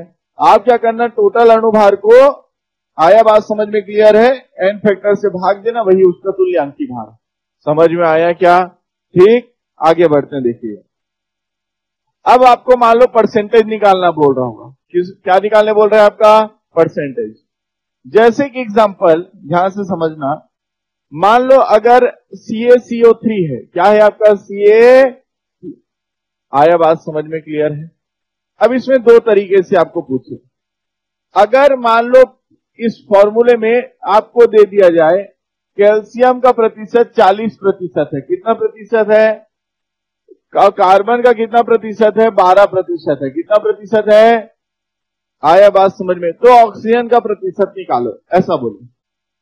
तो कभी भी अगर ऐसे क्वेश्चन आते हैं और अगर उसमें टोटल प्रतिशत दिया होगा, बाकी एलिमेंट का दिया है परसेंटेज। आया बात समझ में? क्लियर है? और आपको ये बोल रहे हैं, मान लो अगर ये फॉर्मूला ही नहीं दिया है और ये क्वेश्चन बना दिया है कि कैल्शियम का कितना प्रतिशत है? 40% है, और कार्बन का कितना प्रतिशत है? 12%। तो फिर जो शेष प्रतिशत बच जा रहा है, दोनों को जोड़ करके देखो, दोनों को जोड़ करके देख रहे हो तो calcium plus carbon equal to कितना हो रहा है, 40 प्लस कितना हो रहा है आपका 12। कितना प्रतिशत हो रहा है बोलो, 52%। क्या ये 100% है क्या? अगर कभी भी किसी को जोड़ रहे हैं, जोड़ने के बाद 100% नहीं आ रहा है, तो जो परसेंटेज बच गया वो ऑक्सीजन का रहेगा। कितने लोग को बात समझ में आ गया? मान लो क्वेश्चन ये दिया पेपर में, कैल्शियम का 40 है, कार्बन का 12 ऐसे दे दिया, आया बात समझ में क्लियर?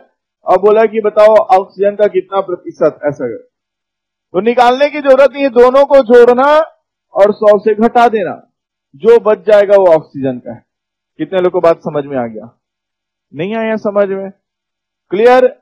अब मान लो ये तो ऐसा था क्वेश्चन कि आपको 2 ठो दिया तो 100 से घटा करके दूसरे को निकाल लिए, तो ऑक्सीजन निकल गया कितना आपका 100 माइनस कितना कर दिए 52 इक्वल टू कितना हो गया 48 आ गया आंसर।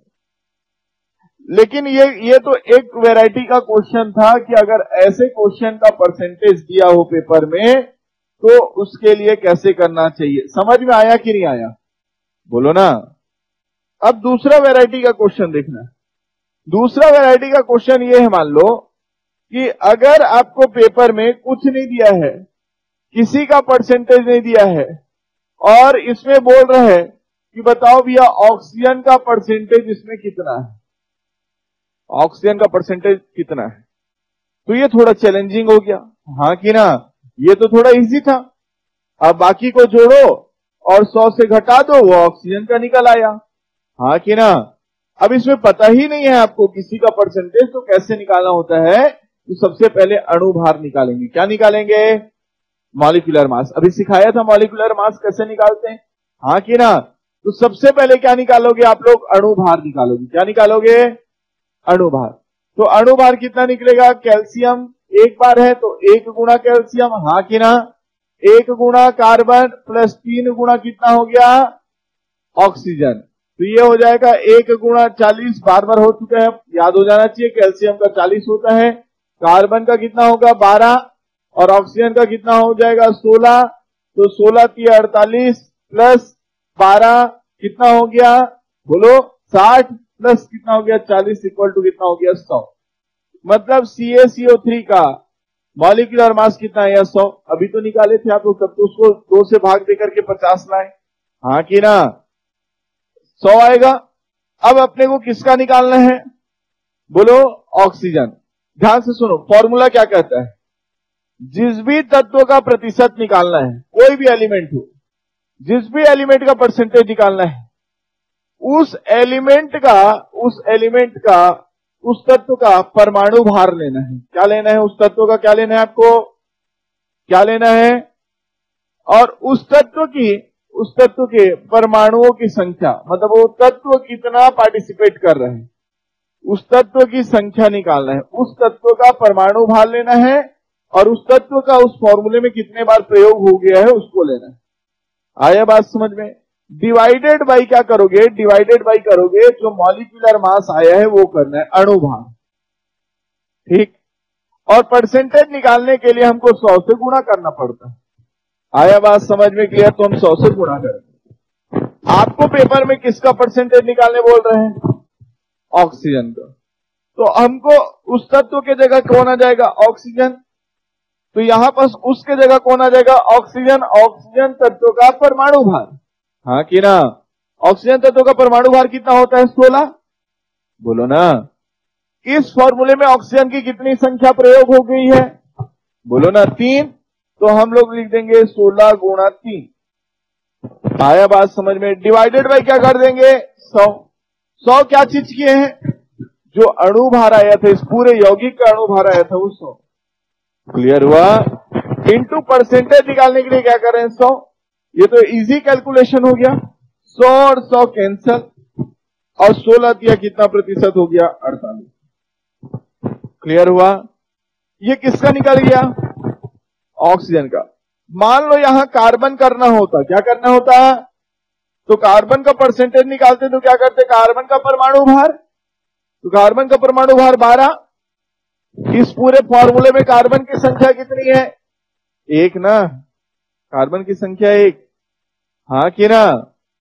डिवाइडेड बाई कितना हो जाएगा 100 अणुभार और इधर 100, तो ये 100 और 100 कैंसल, तो कितना कार्बन का प्रतिशत कितना आ गया 12। नहीं आया समझ में? और अगर मान लो किसका ले लेते हैं हम लोग, किसका ले लेते हैं, मान लो कैल्शियम, कैल्शियम का परसेंटेज लेते हैं, तो कैल्शियम का परमाणु भार कितना है 40। पूरे फॉर्मूला में कैल्शियम की संख्या कितनी है 1, तो 40 गुणा 1 डिवाइडेड बाई 100 गुणा क्या हो जाएगा 100। हाँ कि ना? ये दोनों कैंसल, ये दोनों कैंसल, तो ये कितना प्रतिशत हो गया 40। अब कौन कौन था पूरे फॉर्मूला में, CaCO3, Ca का कितना आ गया, कार्बन का कितना आया, कार्बन का 12, तो 40 और 12 कितना हो गया 52, और 48 कितना हो गया 100। यौगिक में ना आया बात समझ में, हर तत्व का अमाउंट फिक्स होता है, इस बात को दिमाग पे सेट करना है। कंपाउंड में एलिमेंट का क्या होता है फिक्स, 100% है, उस परसेंटेज में अपने को कैसे बांटना है उसको। यदि 2 आपको परसेंटेज दिया है और निकालना है तो कुछ करने की जरूरत ही नहीं है, 100 से घटाए वो उसका परसेंटेज। किसी का परसेंटेज नहीं दिया है तो ऐसा निकालना। आया बात समझ में, क्लियर है क्या? चलो जैसे कि एग्जांपल H2O में क्वेश्चन लिखो, H2O में ऑक्सीजन का प्रतिशत मात्रा ज्ञात कीजिए। चलो देखो कैसे कर रहे हो, देखो 2 मेथड सिखाता हूं आप लोग को।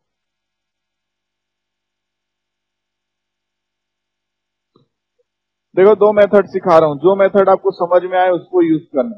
सुनो इधर, अब आपको पेपर में क्या बोला है H2O, क्या बोला है पेपर में H2O बोला है, ठीक। तो देखो H2O देखना है ना, जल का हमको प्रतिशत निकालना, ठीक। अब ये आसान ट्रिक ये बता रहा हूं आपको, जल में कितने तत्व हैं, 2 तत्व हैं। कौन कौन से तत्व हैं, हाइड्रोजन और, यदि आपको 2 ही तत्व है ना, हमको हाइड्रोजन का पहले निकालते हैं। किसका निकालते हैं मान लो, हाइड्रोजन। हमको निकालने क्या बोला है ऑक्सीजन, हाँ कि ना, लेकिन हम पहले हाइड्रोजन को निकालते हैं। देखो हाइड्रोजन जैसे H2O का परसेंटेज निकालना है तो H2O का सबसे पहले अणुभार निकालना पड़ेगा, हाँ कि ना। अणुभार निकालने के लिए क्या करना पड़ेगा, जो है उस तत्व को पहले लिख दो और कितने बार है उसको भी लिख दो। तो हाइड्रोजन 2 बार है तो ये 2 गुणा हाइड्रोजन जितने बार रहेगा उससे गुणा करना है। ऑक्सीजन 1 बार था तो 1 गुणा ऑक्सीजन कर दिया। ये हो गया 2 गुणा 1 प्लस 1 गुणा कितना हो गया 16। ये हो जाएगा 2 प्लस 16 इक्वल टू कितना हो गया 18। कितने लोगों को बात समझ में आ गया, क्लियर हुआ क्या? 18। अब हम किसका परसेंटेज निकालने जा रहे हैं, हाइड्रोजन का। किसका परसेंटेज निकालने जा रहे हैं, हाइड्रोजन का, ठीक। हाइड्रोजन का परसेंटेज निकालने जा रहे हैं तो हमको पता है कि हमको उस तत्व का भार लेना है, मतलब हाइड्रोजन का परमाणु भार लेना है। क्लियर हुआ क्या? हाइड्रोजन का गुणा हाइड्रोजन की संख्या लेना है। इस फॉर्मूले में हाइड्रोजन कितने बार है, हाइड्रोजन की संख्या, क्लियर है, डिवाइडेड बाई अणु भार लोगे, मॉलिक्यूलर मास, और इनटू 100 लगाओगे। तो हाइड्रोजन का परमाणु भार कितना होता है 1। हाइड्रोजन की संख्या कितनी है इस फॉर्मूले में 2, तो ये 2 डिवाइडेड बाई अणु भार कितना आया है 18, तो ये 18 गुणा क्या कर दिए 100। नहीं आया समझ में? तो 2 निया कितना हो गया, तो 100 डिवाइडेड बाई कितना हो गया 9, हाँ कि ना। मतलब इसको अगर भाग देंगे तो 11 निया 99, तो 11.11% आएगा, हाँ कि ना। ठीक, किसका परसेंटेज निकल गया, हाइड्रोजन। इस फॉर्मूले में कितने लोग तत्व हैं 2। अब किसका निकला हुआ है, हाइड्रोजन। क्या हम ऐसा हमको पता है क्या कि यदि हमको इस पूरे फॉर्मूले में 2 ही तत्व हैं, हाँ कि ना, एक पता चल गया है तो दूसरे को जब भी 100 से माइनस कर दे, 100 से माइनस कर दें, 11.11% को अगर माइनस कर दिया जाए तो हाइड्रोजन को तो 11 था, तो ऑक्सीजन का निकल आएगा, तो ऑक्सीजन का परसेंटेज आ जाएगा 88.89%। नहीं आया समझ में? एक तो ये है, आपको हाइड्रोजन का निकला 100 से घटा दो, ऑक्सीजन निकल आएगा, जो आपको पहले सिखाया हूं, हाँ कि ना? ठीक। अगर मान लो ऐसा नहीं करना है आपको, तो आप डायरेक्ट फॉर्मूला रखो ऑक्सीजन का। सेकेंड मेथड हम लोग देखते हैं। सेकेंड मेथड क्या कहता है, तो ध्यान से समझना। सेकेंड मेथड ये कहता है कि ऑक्सीजन का हमको परसेंटेज निकालना है, तो ऑक्सीजन का परमाणु भार लेंगे, तो ऑक्सीजन का परमाणु भार आ गया 16। इस पूरे फॉर्मूले में हम लेंगे ऑक्सीजन की संख्या, ऑक्सीजन की संख्या 1 है, तो ये 16 गुणा 1 ले लिया, ये फॉर्मूले में रख रहा हूं, डिवाइडेड बाय अणुभार। अणुभार कितना आया था? 18। गुणा क्या करेंगे? 100। होगा कि नहीं होगा? आया बात समझ में? क्लियर? क्या दोनों के दोनों जो है वो आप ये देखो 2 से जा सकता है क्या? डिवाइड हो सकता है क्या? बोलो ना। 8 दूनी 16, और ये कितना हो जाएगा? 9। होगा क्या? अब बताओ, ये 9 एकम और ये 11 निया 99, 11.11। क्लियर? 8 से गुणा करो 11 का, तो ये हो जाएगा 88.88। बार बार होते जाएगा। आया बात सुनो, इसलिए इसको 8 9 कर दिए हैं बस। कितने लोग को बात समझ में आ गया? क्लियर हुआ? ये जैसा मेथड निकालना है वैसा सीख सकते।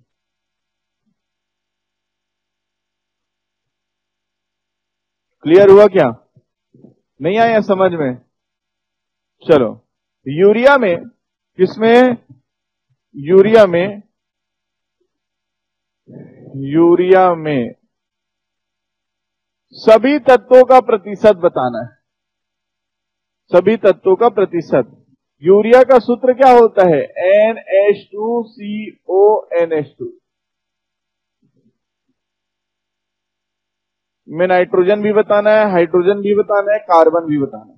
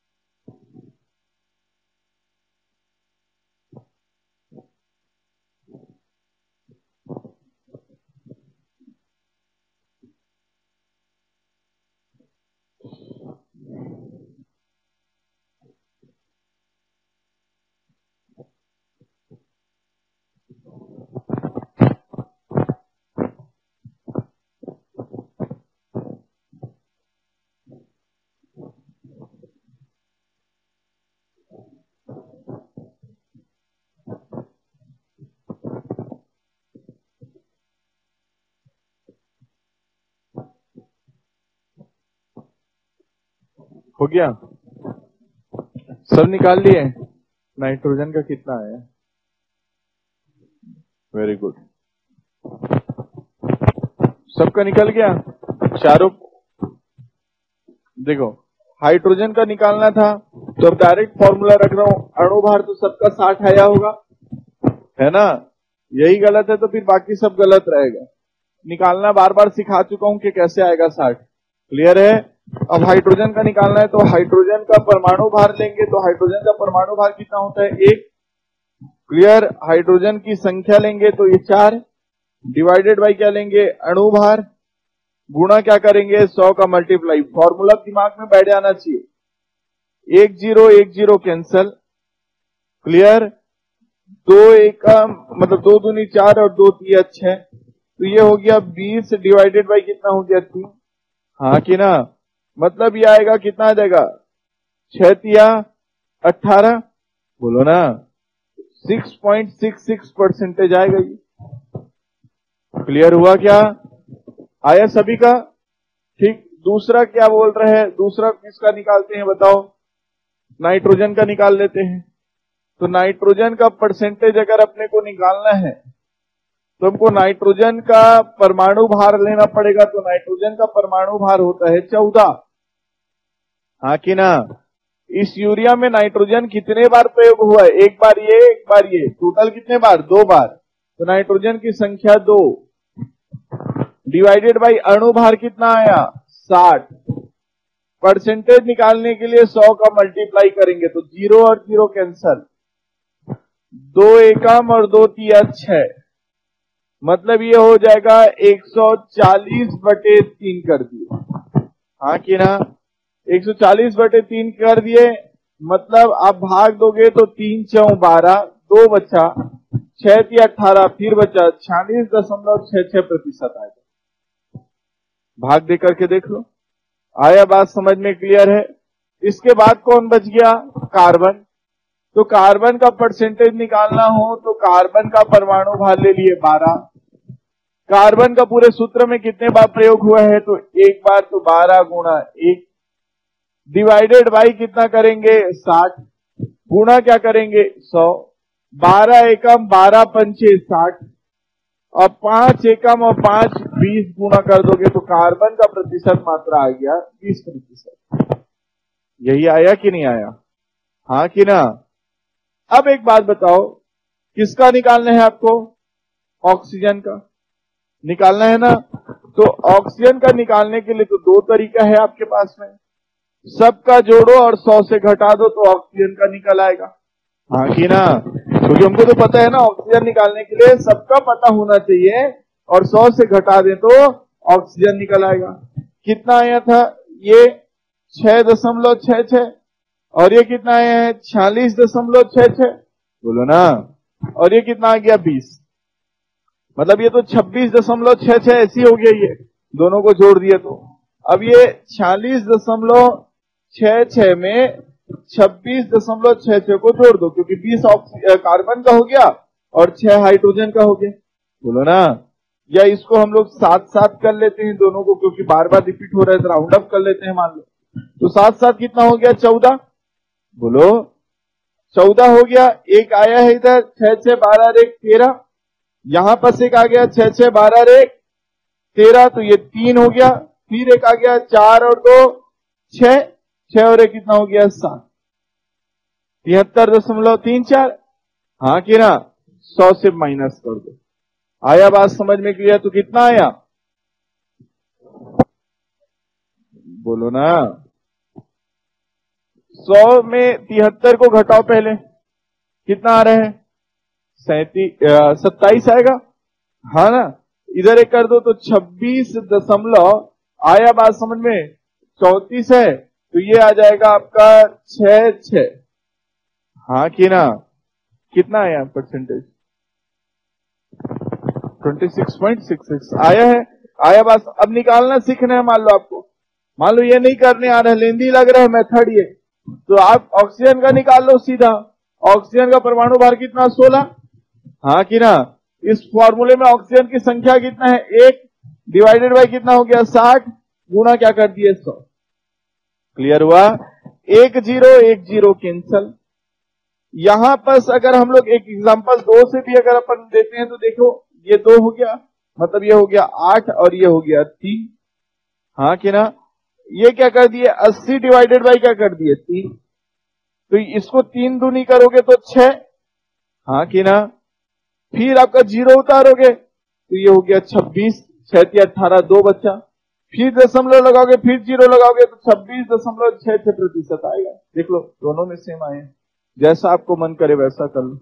आया बात समझ में, क्लियर है? हाँ कि ना? बनेगा कि नहीं बनेगा?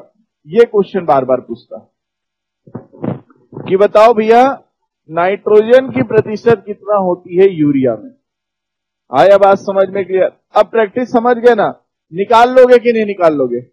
बन जाएगा पक्का? इतना हमको इसको याद रखना है। तो 2 तरीके से आपका तैयार।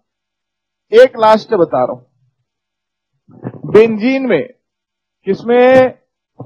बेंजीन में हाइड्रोजन की प्रतिशत मात्रा ज्ञात करो। चलो निकालो। आया बात समझ में? ये क्वेश्चन ना व्यापम का ट्रेंड का क्वेश्चन था। व्यापम में ये क्वेश्चन पूछा गया है, जो फॉरेस्ट गार्ड का पेपर होता है ना, उसमें 4 ऑप्शन दिया गया था, पूछा था कि बताओ किसमें प्रतिशत मात्रा सबसे ज्यादा है। आया बात समझ में? तो सबको निकालने का प्रैक्टिस भी होना चाहिए। इसलिए बेंजीन का जो सूत्र होता है वो होता है C6H6।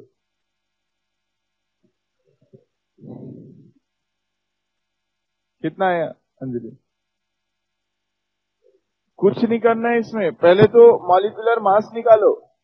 मॉलिक्यूलर मास निकालोगे मतलब अणु भार निकालोगे तो ये कितना निकलेगा आपका?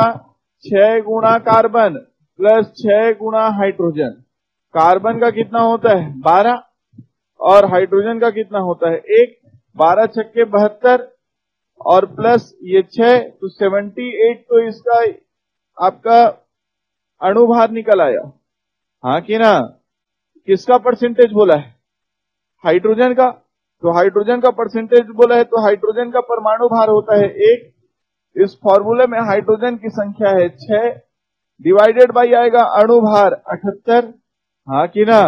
गुना क्या करोगे आपका 100। आया बात समझ में, क्लियर है? याद रहेगा? बोलो ना। इस तरीके से अपने को इसको सॉल्व करोगे, आ जाएगा आंसर। आया बात समझ में, क्लियर है? बन जाएगा ठीक। लगभग आंसर आएगा 7.6 का आ रहा है क्या? 7.69 है ना? समथिंग ऐसा आंसर आएगा परसेंटेज। क्लियर हुआ? ठीक। तो इतना अपने को निकालना था। समझ आया कि नहीं आया? बन जाएगा। और इसी में 100 से माइनस कर दोगे तो कार्बन का निकल आएगा। क्लियर है? या कार्बन का निकालना है तो क्या करोगे? 12 गुणा 6 करोगे, क्योंकि कार्बन का परमाणु भार कितना होता है? 12। कार्बन की संख्या तो 6 ही है इसमें। क्लियर है? तो इस तरीके से निकालना होता है। बनेगा कि नहीं बनेगा? ठीक। तो आज की क्लास में हम लोग ये दोनों टॉपिक को कवर किए। जैसे पहले देखिए अणु भार कैसे निकालते हैं, दूसरा फिर देखिए तुल्यांकी भार कैसे निकालना होता है। आया बात समझ में? और उसके बाद तीसरे वाले में देखें कि परसेंटेज कैसे निकालना। समझ में आया कि नहीं आया? ठीक है, चलिए तो इतना पढ़कर क्या आना है। नेक्स्ट क्लास में हम लोग मिलते हैं फिर। ठीक है, थैंक यू।